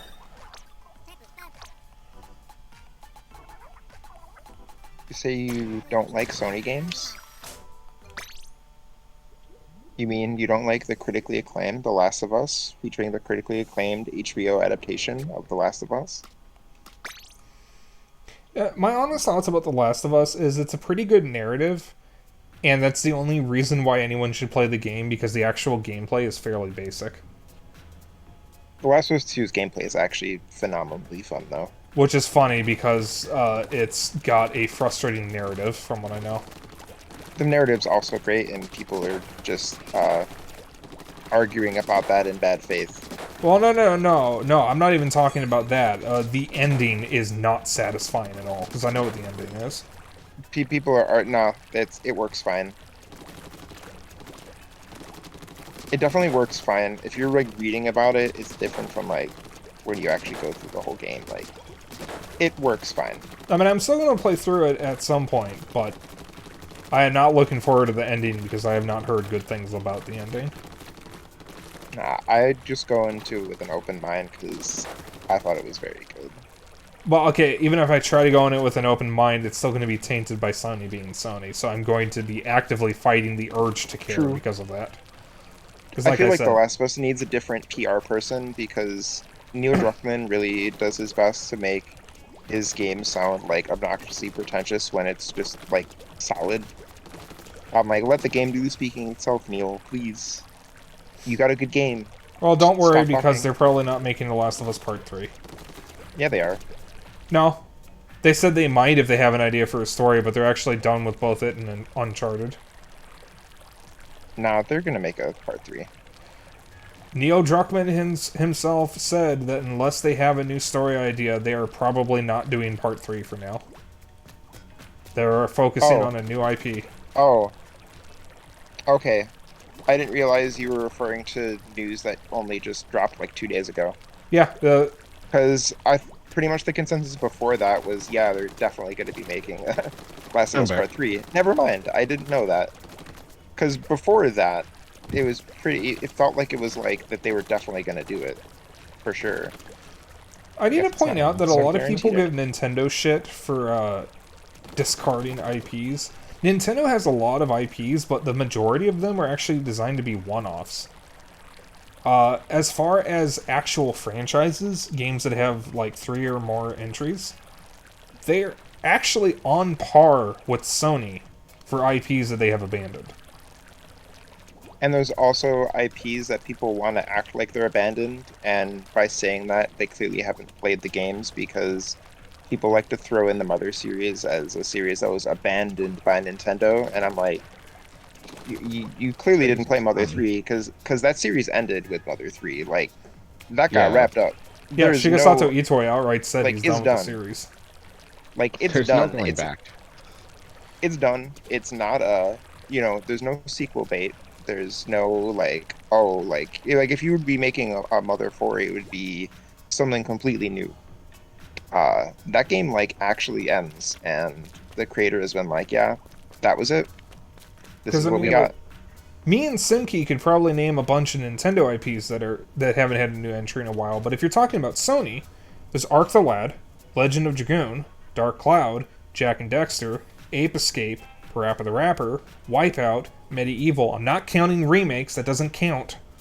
Gravity Rush, basically everything from Japan Studio that is an Astrobot.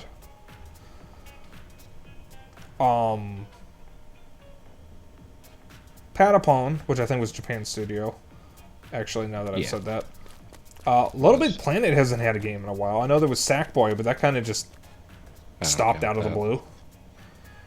And Little Big Planet 3 came out and then abruptly just stopped receiving content, from what I know. Yep. Um, You can't even play the Little Big Planet games other than 3 anymore. Online. You can't play Little Big Planet custom maps anymore on anything other than the PS4 version of 3 because someone did a DDoS attack. which prompted them to pull Wonderful. the servers, and then they just never brought them back up. Yep. I'm back, by the way. Alright, Oh, right. I'll open a lobby. But yeah, like... I'm not trying to say that Nintendo is perfect, but a lot of people give Nintendo shit that they don't give to Sony and Microsoft when they do the same things. Yeah. Like, again, Nintendo is not perfect, but it's cool to hate on Nintendo because they're the bigger and older company. Also, lobby's open. But, like, let's not forget that Microsoft was asinine to work with in the 360 era, if you were an indie developer. Yeah. And Sony's communication has been all over the place in the past couple of years. Also, just looking at Sony's franchises that have not gotten any. They have Ape Escape, ATV Off-Road Fury, Buzz, EverQuest, They their did sports EverQuest. stuff. Apparently they have EverQuest. Didn't know they did EverQuest. Infamous hasn't gotten anything in forever. Oh, I forgot about Infamous. I forgot about Killzone and Invisibles, Killzone. Resistance as well. Like, Let's see. they have a lot of IPs that they've abandoned. Motorstorm. Resistance. Oh yeah, they actually do own Siren.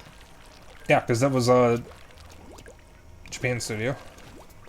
Yeah. Though I don't think Showtime. most of Siren's games actually released here. I think there were 3 games, and we only got the first one. Yeah. No, we did get we got 3 as well. Well, we got 1 and 3, but not 2. Yeah, we missed 2. Okay, I thought we got 1 and 2. Released, Huh?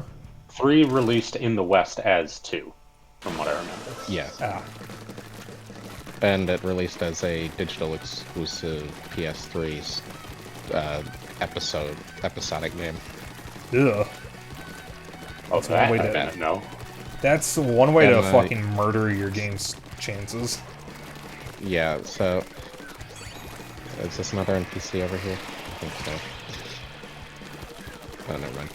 But the main issue with Siren 3, like the game actually is okay. The problem is the frame rate. Uh-oh. The you know, the main mechanic, the whole clairvoyance or whatever, see through other people's eyes mechanic. Yeah. It drops the frame rate from a decently stable 30 to a exceedingly unstable like 9. Oh god. Fuck. Using the game's own mechanic just kills it.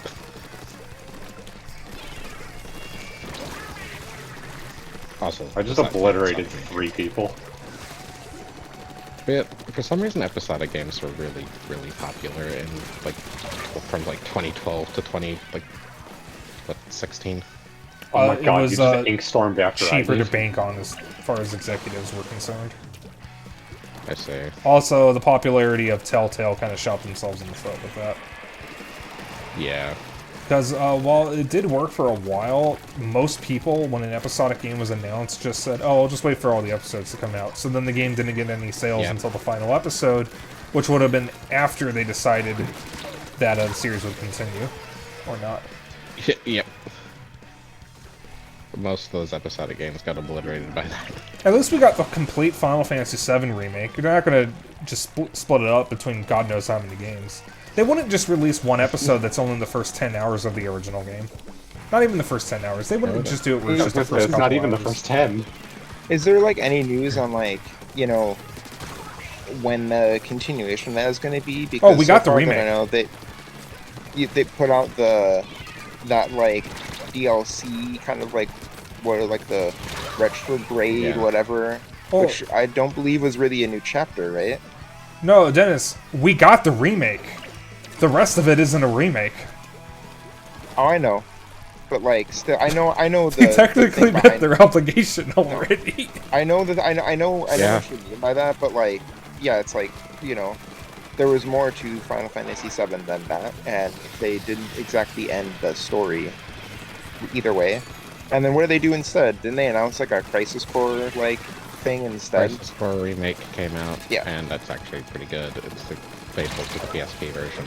No Yeah, changes, which is really. it's funny that they're doing that because it's not going to be canon to the fucking remake. Yeah, that much I know too, which is funny. I don't know anything about the plot other than what I've read on why Final watched a Fantasy few VII people Remake play was it, different and- and why people were like mad.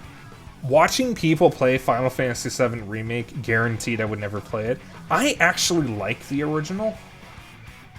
And I don't like that we didn't actually get a proper remake. And I Yeah, can't explain I've why only- without spoiling the game. I've only played through disc 1 of the original. It's actually the only mainline Final Fantasy game I have played through in its entirety. I had been shitting on the game for a few years, watched a streamer play it, thought, I'll give it a shot, got a copy for $20, and then that was basically all I played for a couple months. Yeah, it's really good. Final I Fantasy think VII... after FF7, like after we got it and we both played it, I think that's when we basically bought FF, like 12, Chronicles, Anthology, Origins, and 8 and 9 as well, I believe. And 10. And We 10 just- too. Oh, bought well, no, them. we never got 10 too. No, we did, because the remaster we have for PS4 includes 10 too. Oh, that's right. Yeah, we basically just bought all the other Final Fantasies after playing 7. Final Fantasy VII is genuinely one of the best RPGs ever made. The localization fucking sucks. I'm just going to say it right now, because if you haven't played Final Fantasy VII by this point, it's not even canon anymore because of the fucking remake. But the whole point Yeah. of the plot is that Sephiroth is supposed to be dead the whole time, until a certain point Yeah. in the game. And the writing of the localization is so shitty, that's not obvious. Yep. If you really want to understand what the hell is going on in Final Fantasy VII, Death Battle's Sephiroth versus Virgil episode actually has the best explanation of what the fuck is going on. Amazing. Death Battle actually has occasionally put out some amazing synopses of franchises. They actually made sense of Crisis on Infinite Earths for DC, Wow. which is one of the most complicated comic plot lines in the history of comics.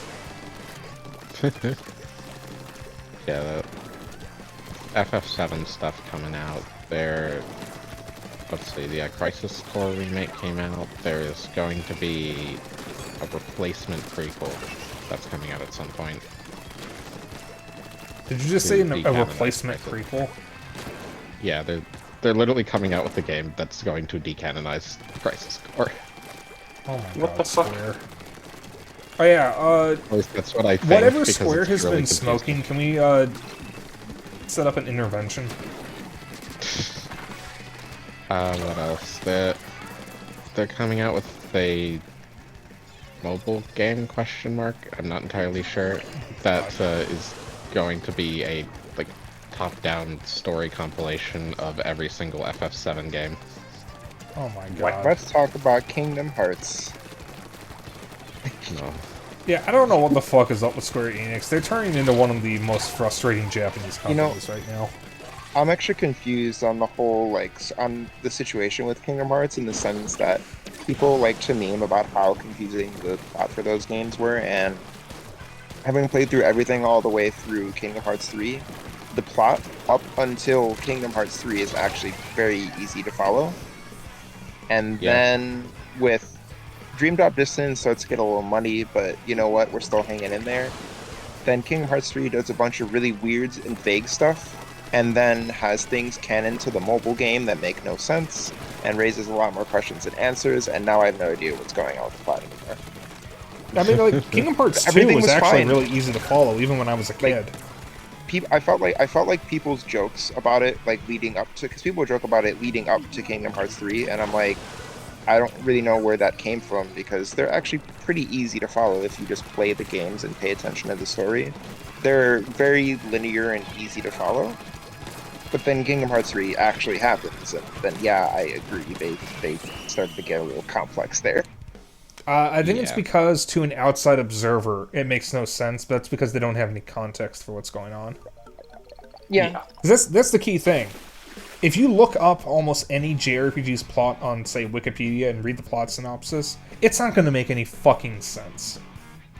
But if you actually well, play the game, when you you- get all that context, because there is no way you can describe the plot of a 70-hour game in 3 paragraphs. I mean, when you Yeah. throw in a random scene to a franchise like 8 games deep, of course it's gonna sound like nonsense.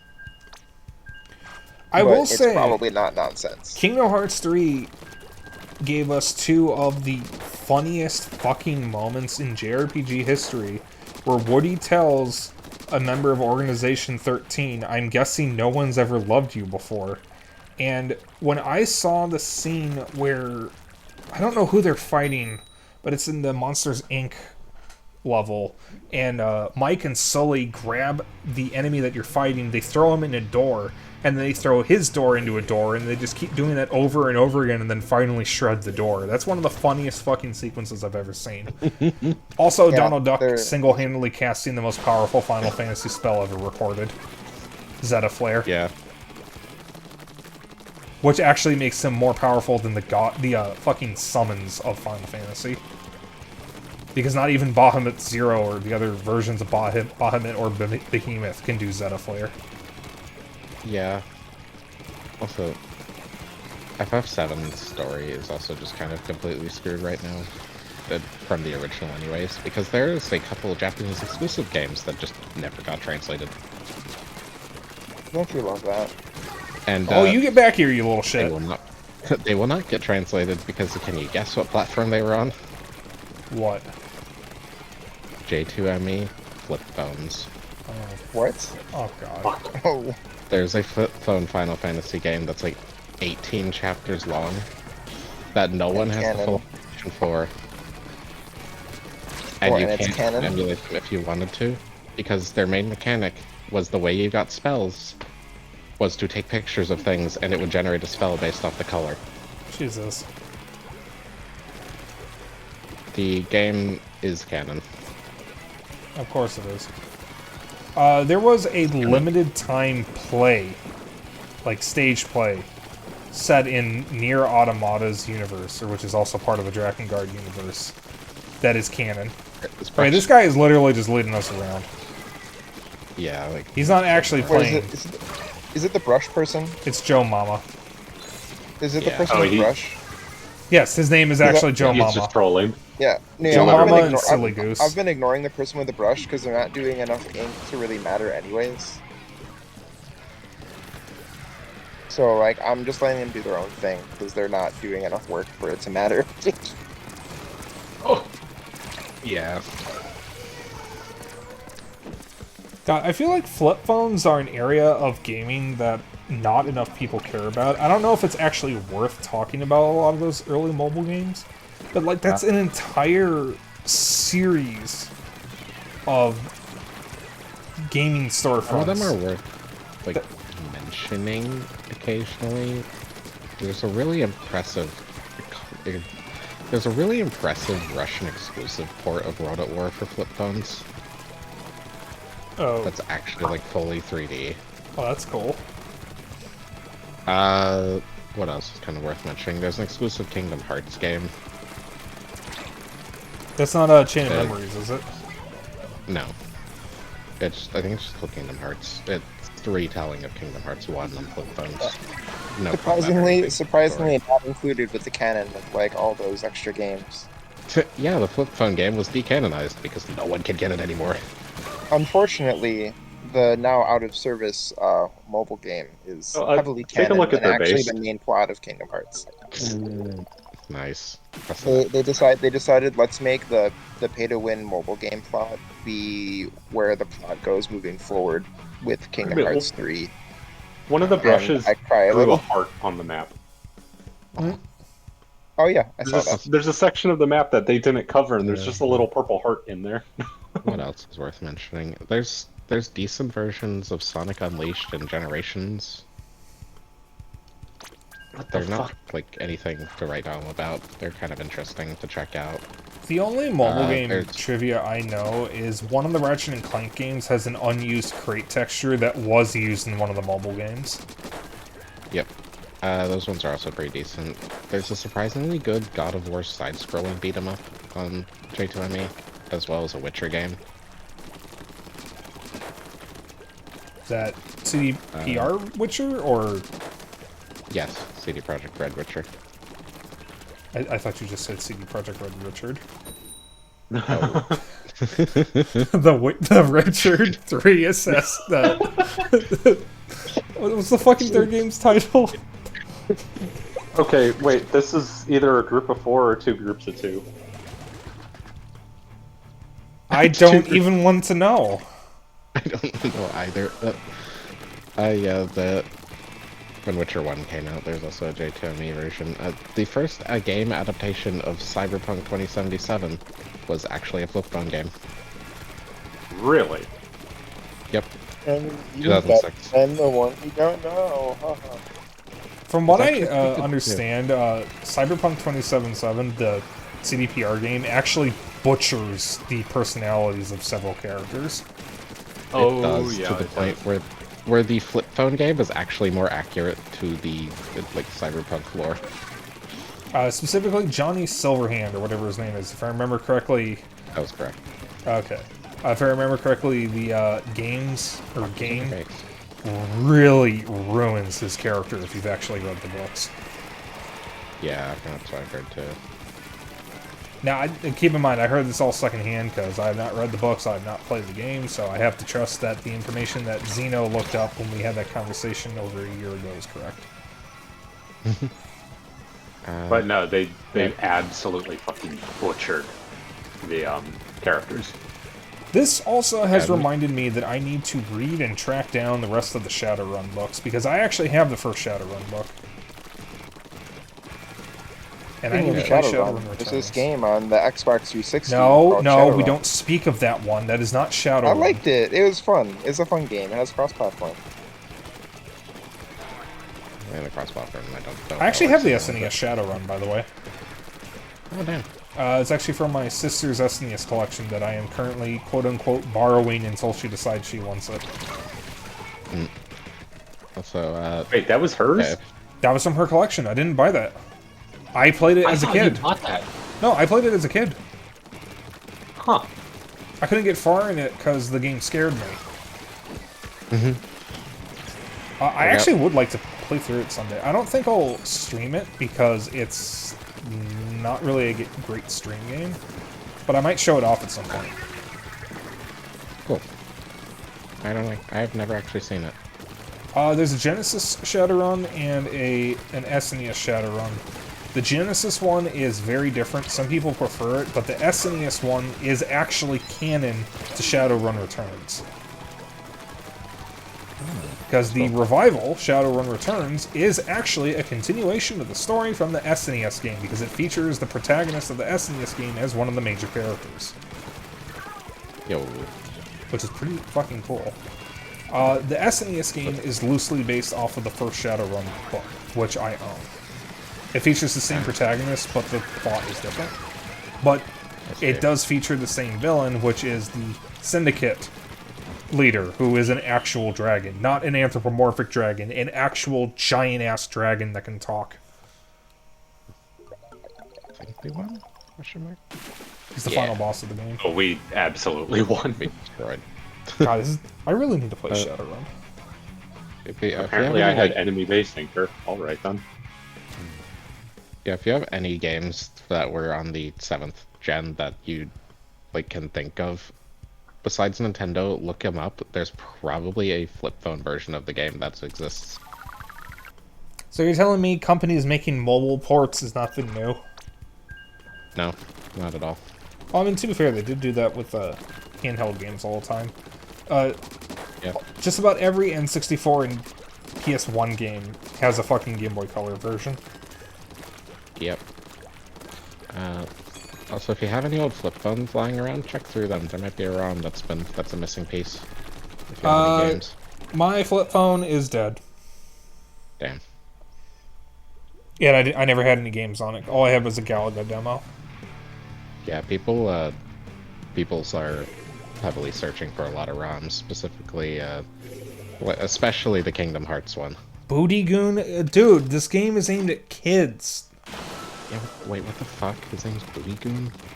Do I have to start reporting people's names or something? Yeah, what the hell? I understand that adults can play these games, but keep in mind, kids play this game. This is a kid's game. Yeah. Like, Must you forget that one infamous post? Oh, Dennis, you'll have to be more specific. I don't think I Do you have the slightest idea how little that narrows it down? Wasn't it during the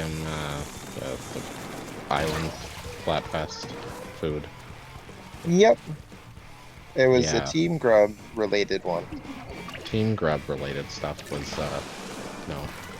Is that the Vor one? Yes, it was. Yeah.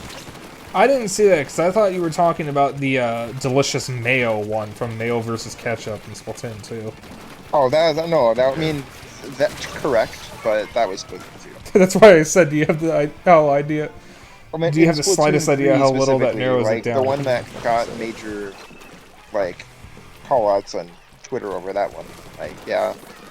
Well, the Probably- dude who probably should go made with the that. post actually apologized for it on Twitter because people gave him enough shit for it. I know who it is. I literally know, like, not like in person, like, but I was like, oh, that's them. I'm surprised because I didn't realize who it was, but I recognize who that is. I'm like, yeah, probably didn't use your brain on that one. One of Yeah. the artists that I followed because of Splatoon 2 was also but she made a post in Splatoon 2's early days, and if you remember the controversy of the furry who caused a stir at a convention because she claimed a plush was stolen, it was her. Oh. I vaguely remember that, but Yeah. like, what was so controversial about it again? Apparently she never actually lost the plush. She just claimed what's she the did. point? Why? What? So wait, what was the point then? Clout chasing. Attention. Listen, I love being a furry, but furries are fucking drama magnets. Yeah. We crave attention. If we don't get attention, we'll make it. Who is this we? I'm We like, is in leave me general. alone. Nintendo Wii. Xbox, We would like to PS3, 3DS, Nintendo Wii, Xbox, That was so the PS3, greatest marketing 3DS, campaign of, like, all Nintendo time. Wii, Sephiroth. The Wii would like to play ones. Nintendo will never top that. That Still was waiting great for the marketing. Nintendo execs to show up to my house to play Wii with me. Well, okay, do you want my hot take? The Wii was actually an amazing console, and people were way too mean to it. Yeah. Like, I don't play the I mean, that Wii was much so- anymore, but some of my... Actually, most of my favorite games from that generation, even after getting the 360 and PS3, are still on the Wii. Yeah.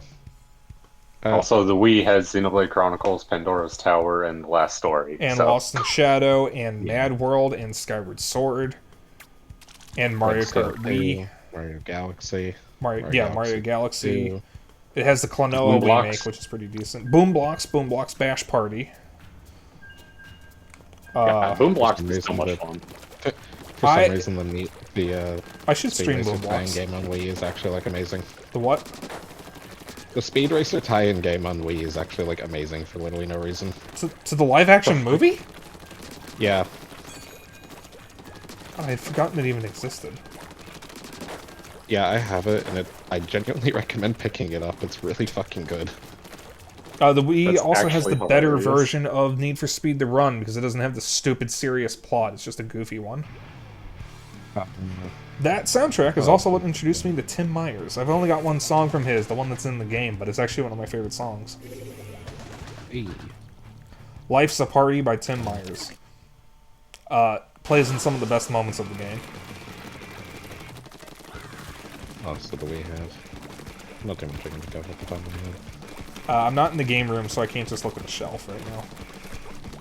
I need to go into the closet that's next to me, so I can't just do that. Well, in the middle of the game. Yeah, I love the Wii. I think people were way too harsh on it, and I think I should stream Lost in Shadow at some point to show that game off, because that's one of my favorite Wii games, and I felt critics were way too harsh on it, because I actually love it. But it got average reviews. Oh, From what I saw of your gameplay of it, it actually looked fucking amazing. Visually, it's one of the best That'd Wii be cool, games. showcase. It is one of the few games to use the bloom as realistic thing for actually good visuals. It and Twilight Princess are my two favorite examples to use. Also, I don't know if you ever looked into it. Next time you stream Wii, you should hook up your Wii U so you get better quality. Yeah, I forgot to buy the power adapter for that, so I'll make sure I do that soon. Yeah. You know, you might not like the Wii U. HD Wii. Yep. No, Metroid Prime Trilogy as well. Yeah, I had another game that I was going to say, and I forgot it while we were talking. Yeah, I'll check my collection after while we're waiting for the next match. Oh, Wii Sports Resort. That's one. Oh, yeah. Hot take. Wii Sports Resort is better than Nintendo Switch Sports. That is not a hot take at all. That's not a hot take. That is a very, very ice-cold take. Okay. Okay, can't Wii forget Fit about was Link's actually really crossword good. training. People may scoff at it just because it's an exercise game, but it's actually a good one. Oh, yeah. Kirby's Returning to Dreamland. That's another. Epic Yarn. They don't have Epic Yarn. What about Wii You Play? don't have Kirby's Epic Yarn? I do not have Kirby's Epic Yarn. It was one of the games that I wanted to get and never did. I don't own it, but I played it at Dennis's house. WarioWare Smooth Moves. That's another one I want to get. Wario Smooth Moves is yeah. a classic. Rhythm Heaven Fever. Another one I don't own that I want to get. And another one I don't own that I want to get. Little King Story, which is a fantasy version of Pikmin. From Level 5. I also Pikmin, the Pikmin ports. I don't have those because I have the GameCube versions. Yeah, I only have Pikmin 2, the Wii version. Oh, House of the Dead 2 and 3 Return and House of the Dead Overkill. Those are good. Oh, yeah. Dead Space Extraction. Oh my god, I forgot about Dead Space Extraction. Oh, until yeah, just Dead now. Space Extraction. The Resident Evil Umbrella Chronicles games. Yeah, not the other one. Umbrella Chronicles is the good one. Yeah. Because there was another one that, I think it's like Dark Tide or something. Dark Side Chronicles. He is Dark Side Chronicles, yeah. Umbrella Chronicles. Dark Side, good, that's Dark Side Chronicles. Warhammer 40k. Yeah, Dark Side Chronicles is hot trash from what I know. Wii games. Where's my Wii games? Sonic and the Black Knight. That's actually not that bad. I never played much of that. I ended up selling it. Sonic and the Secret Rings fucking sucked. Wasn't Sonic Colors also on Wii? Yes, that's actually the good one. That's one of the few good Sonic games from that era, actually. And then Donkey Kong Country Returns. Oh yeah, I forgot about that too. New Super Mario Bros. Wii. as well. Yeah, Super Paper Mario. I need to actually give that Conduit one a fair too. chance. Sorrow loves that game, and I know someone else who does. I like it too. Wish I could like it, but When you play it, or if you ever play it again, watch your version of the game. There's a soft block in the first release. Uh-oh. I think mine is an early copy, so I need to be careful of that. Yeah. Yeah, you can I check think the version ours of your is game an when it early is. copy. Trying to remember just off the top of my head. Epic what are Mickey. some of the good Wii That one was games? actually pretty good. What was that? Epic Mickey. I need to get that. That's another game is I heard critics were really really harsh on, fucking but good. some people really liked. Critics are harsh on it. The general consensus though is it's really good. The Conduit 1 and 2. Yep. I Red Steel 2. Oh my god, Red Steel 2. Yeah. Red Steel 2 is genuinely really good, which is kind of funny considering how bad 1 is. Dennis, you really need to get the second Red Steel. It is Yeah. actually I'll one of the never best die by Red FPSs Steel of 1. its It's era. the best game ever made. No, like, seriously, Red Steel 2 is probably one of the best FPSs of its time, and nobody played it. Yeah. Because of the reputation of the first game. So, It's like, got a great art Japanese style. steampunk western. It's fucking amazing. With a cel-shaded art style. Yeah, the graphics actually hold up. I mean, yeah, the environments don't hold the best, but the actual graphics still look good. Why do you think I love cel-shaded graphics? I literally bought Hi-Fi Rush at full price out of respect for using cel-shaded visuals in a major AAA game. I need to grab that because I know Nine Inch Nails is on the soundtrack for that. So Yeah, I would say stream it, but your entire VOD would be muted for basically the entire thing. It So has VOD a is your streamer actual mode with songs. original songs specific to that mode. Ah, damn. There's a fucking Xenogears reference in it too. Yep. you miss Nine Inch Nails though if you do streamer mode. Then what's the point? Yeah, that's the thing. I won't stream Hi-Fi Rush because I want to play with the licensed soundtrack because that's how it's meant to be played. Yeah. But I could stream it with the streamer mode active. I need to get it. Maybe like But right later now, today, my too. time is focused towards Dead Space Remake and the new Hitman 3 update. I am actually probably not going to get the Dead Space remake because I have the original Dead Space and I do not currently see a point in getting the remake. Because if I want to play Dead Remake is Space... a totally different. Remakes is a totally different game. Oh. It's Well- a built from the ground up Resident Evil 2, I guess, style. I would the genuinely voice- suggest getting the remake. It is actually being considered superior to the original right Oh. Yeah. Well, it's because in the original, also, Isaac is a silent protagonist, but he isn't a silent protagonist in Dead Space 2 and 3. So with the remake, they were like, hey, original voice actor, come back and voice Isaac, and basically we'll redo Dead Space as if you were speaking the whole time, and it's very good.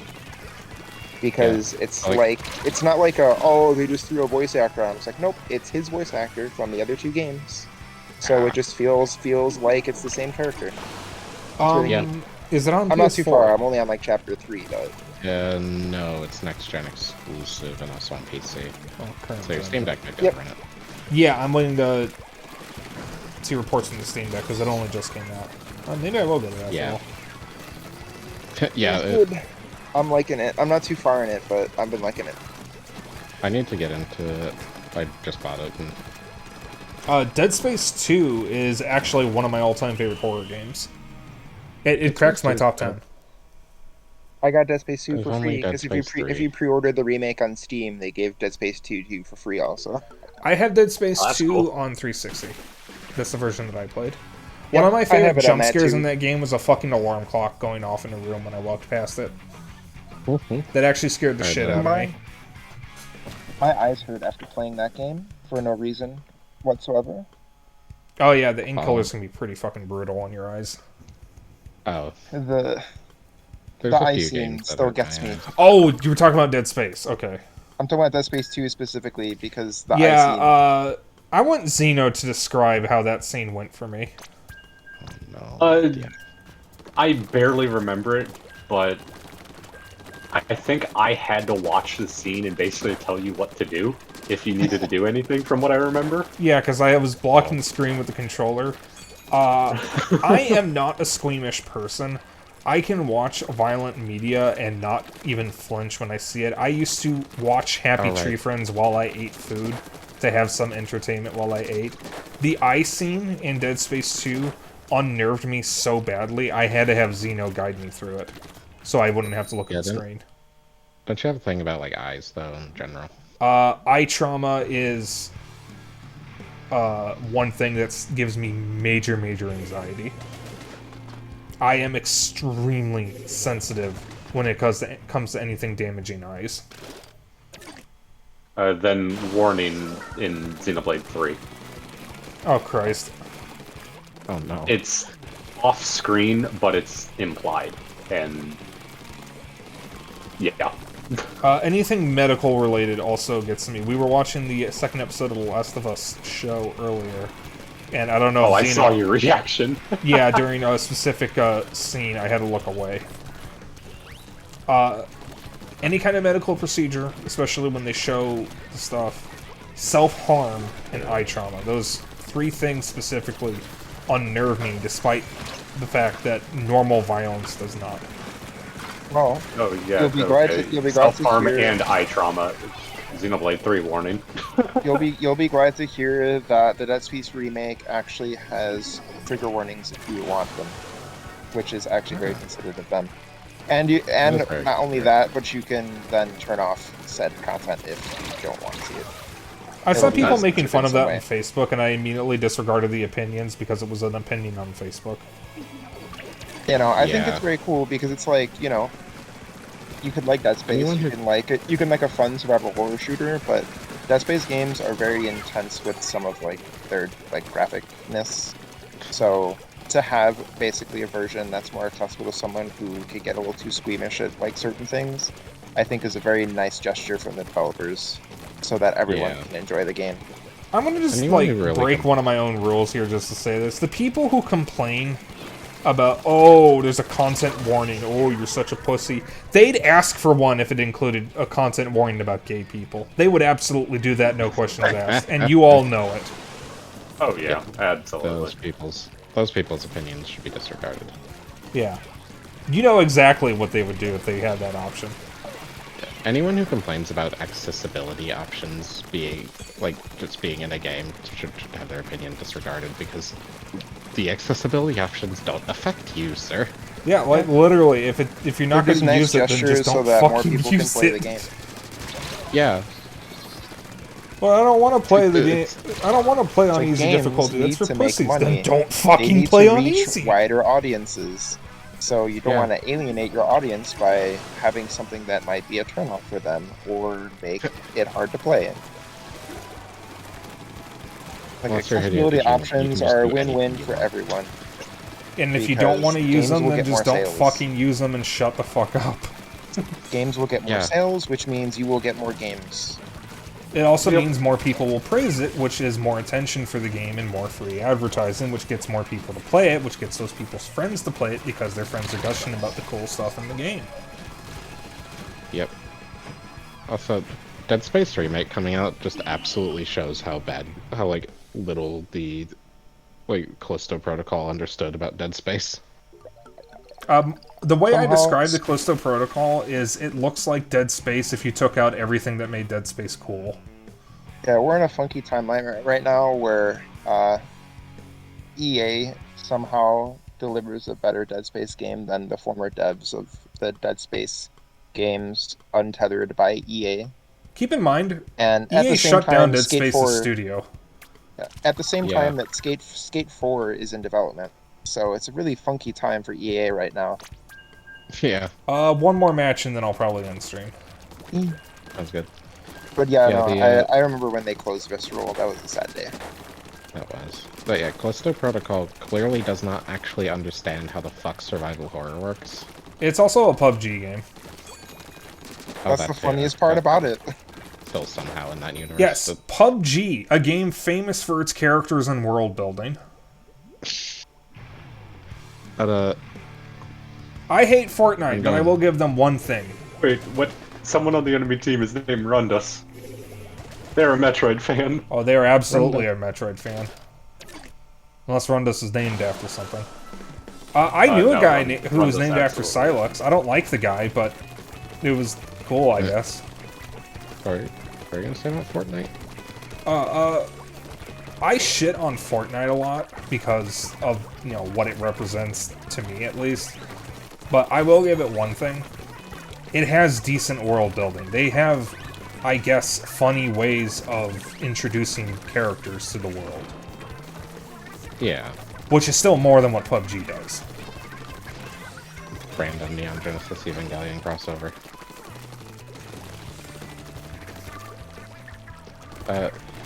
Yeah, just kind of as an example of how bad Callisto Protocol is.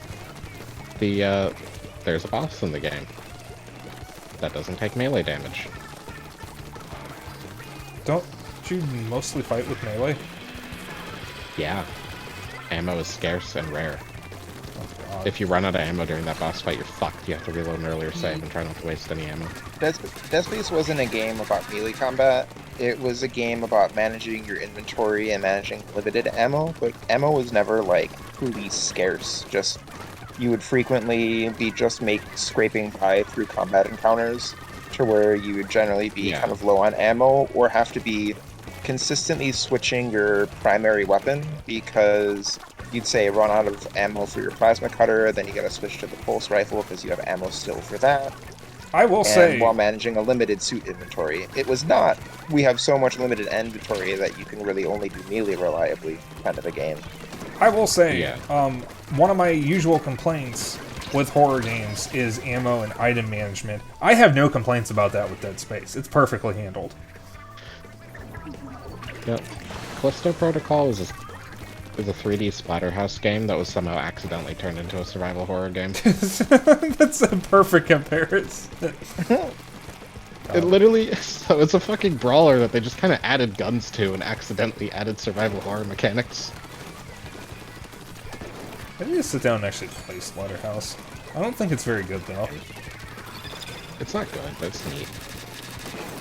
I'm sure that's what they were shooting for.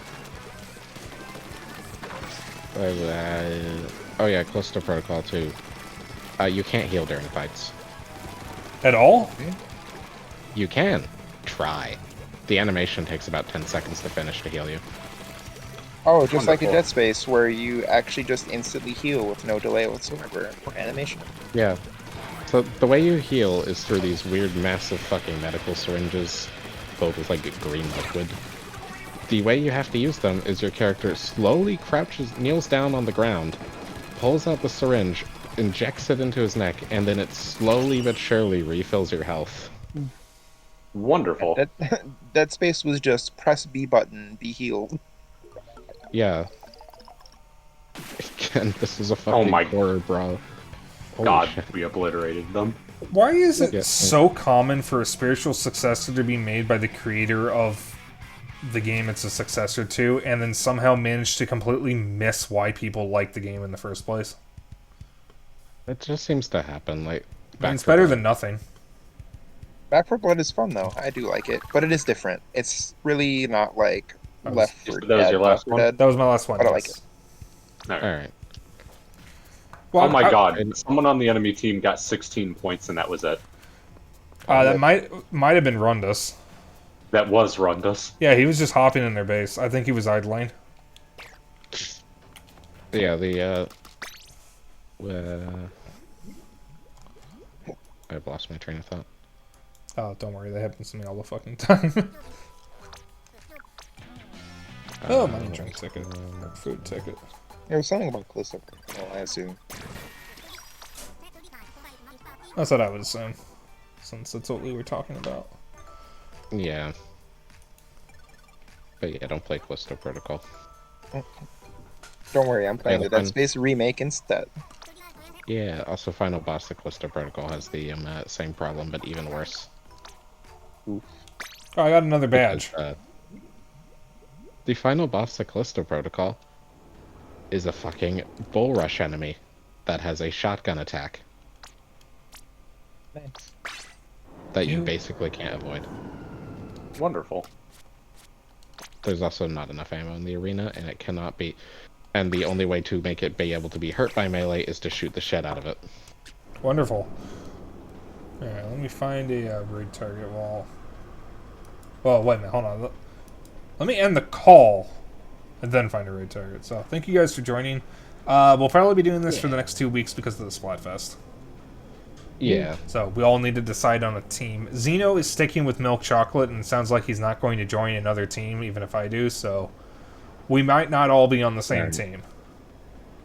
And Which is I'm fine. likely not to be joining any streams from the next week onward, probably for the rest of February, since I'm having surgery. Yeah. He did tell me...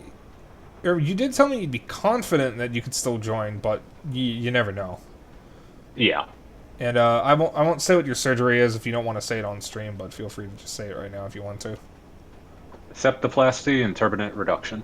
Yeah, you guys can just look that up. Essentially, it's fixing a broken nose and opening up the sinuses a little bit. Yeah, nothing serious. It's just correctional. That's good. Yeah. I still don't really know what Splatfest team, because I like all three. Yeah, I'm tempted to join White Chocolate because I think it's underrated and I like Big Man the most.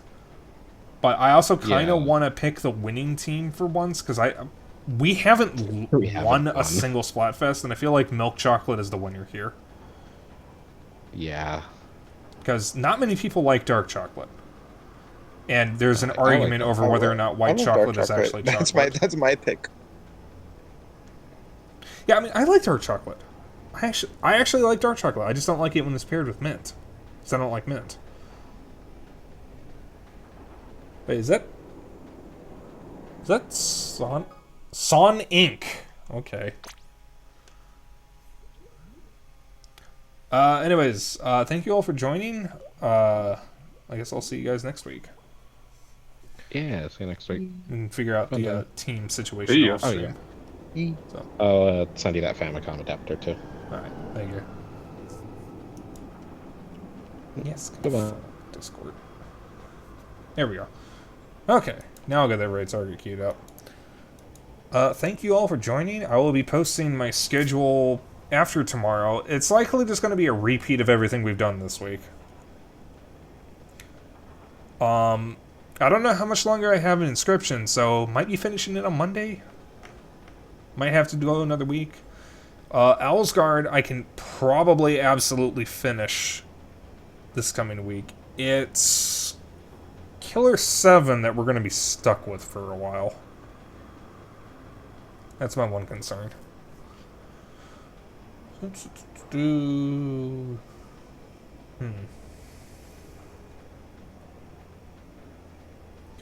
have choices here.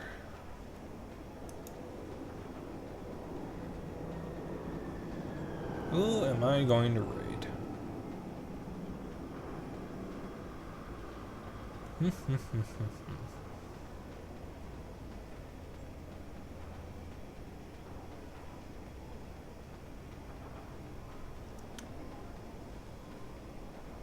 Oh!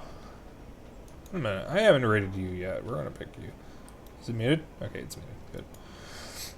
Alright. We're gonna show some love to someone that I have not rated before. I've only recently discovered them, and, oh, excuse me. Just for reference, their pronouns are they, them.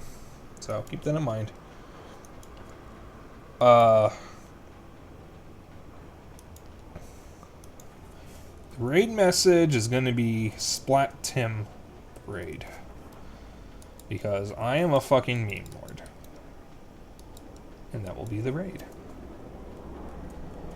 Yes, Splat Tim raid. So we are going to be hold on. Oh, Twitch, did you just fucking break? Hold on a second here. Let me reload the stream.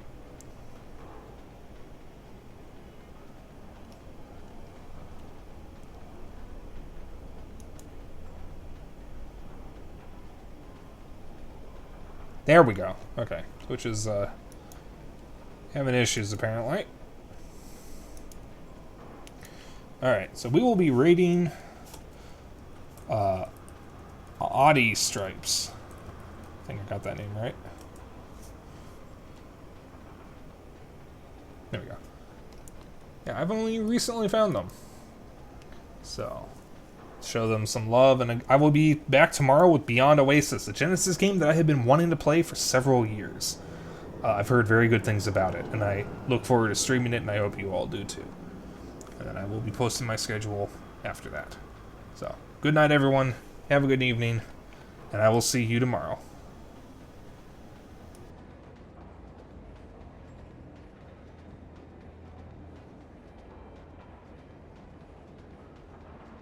Bubble. So I was looking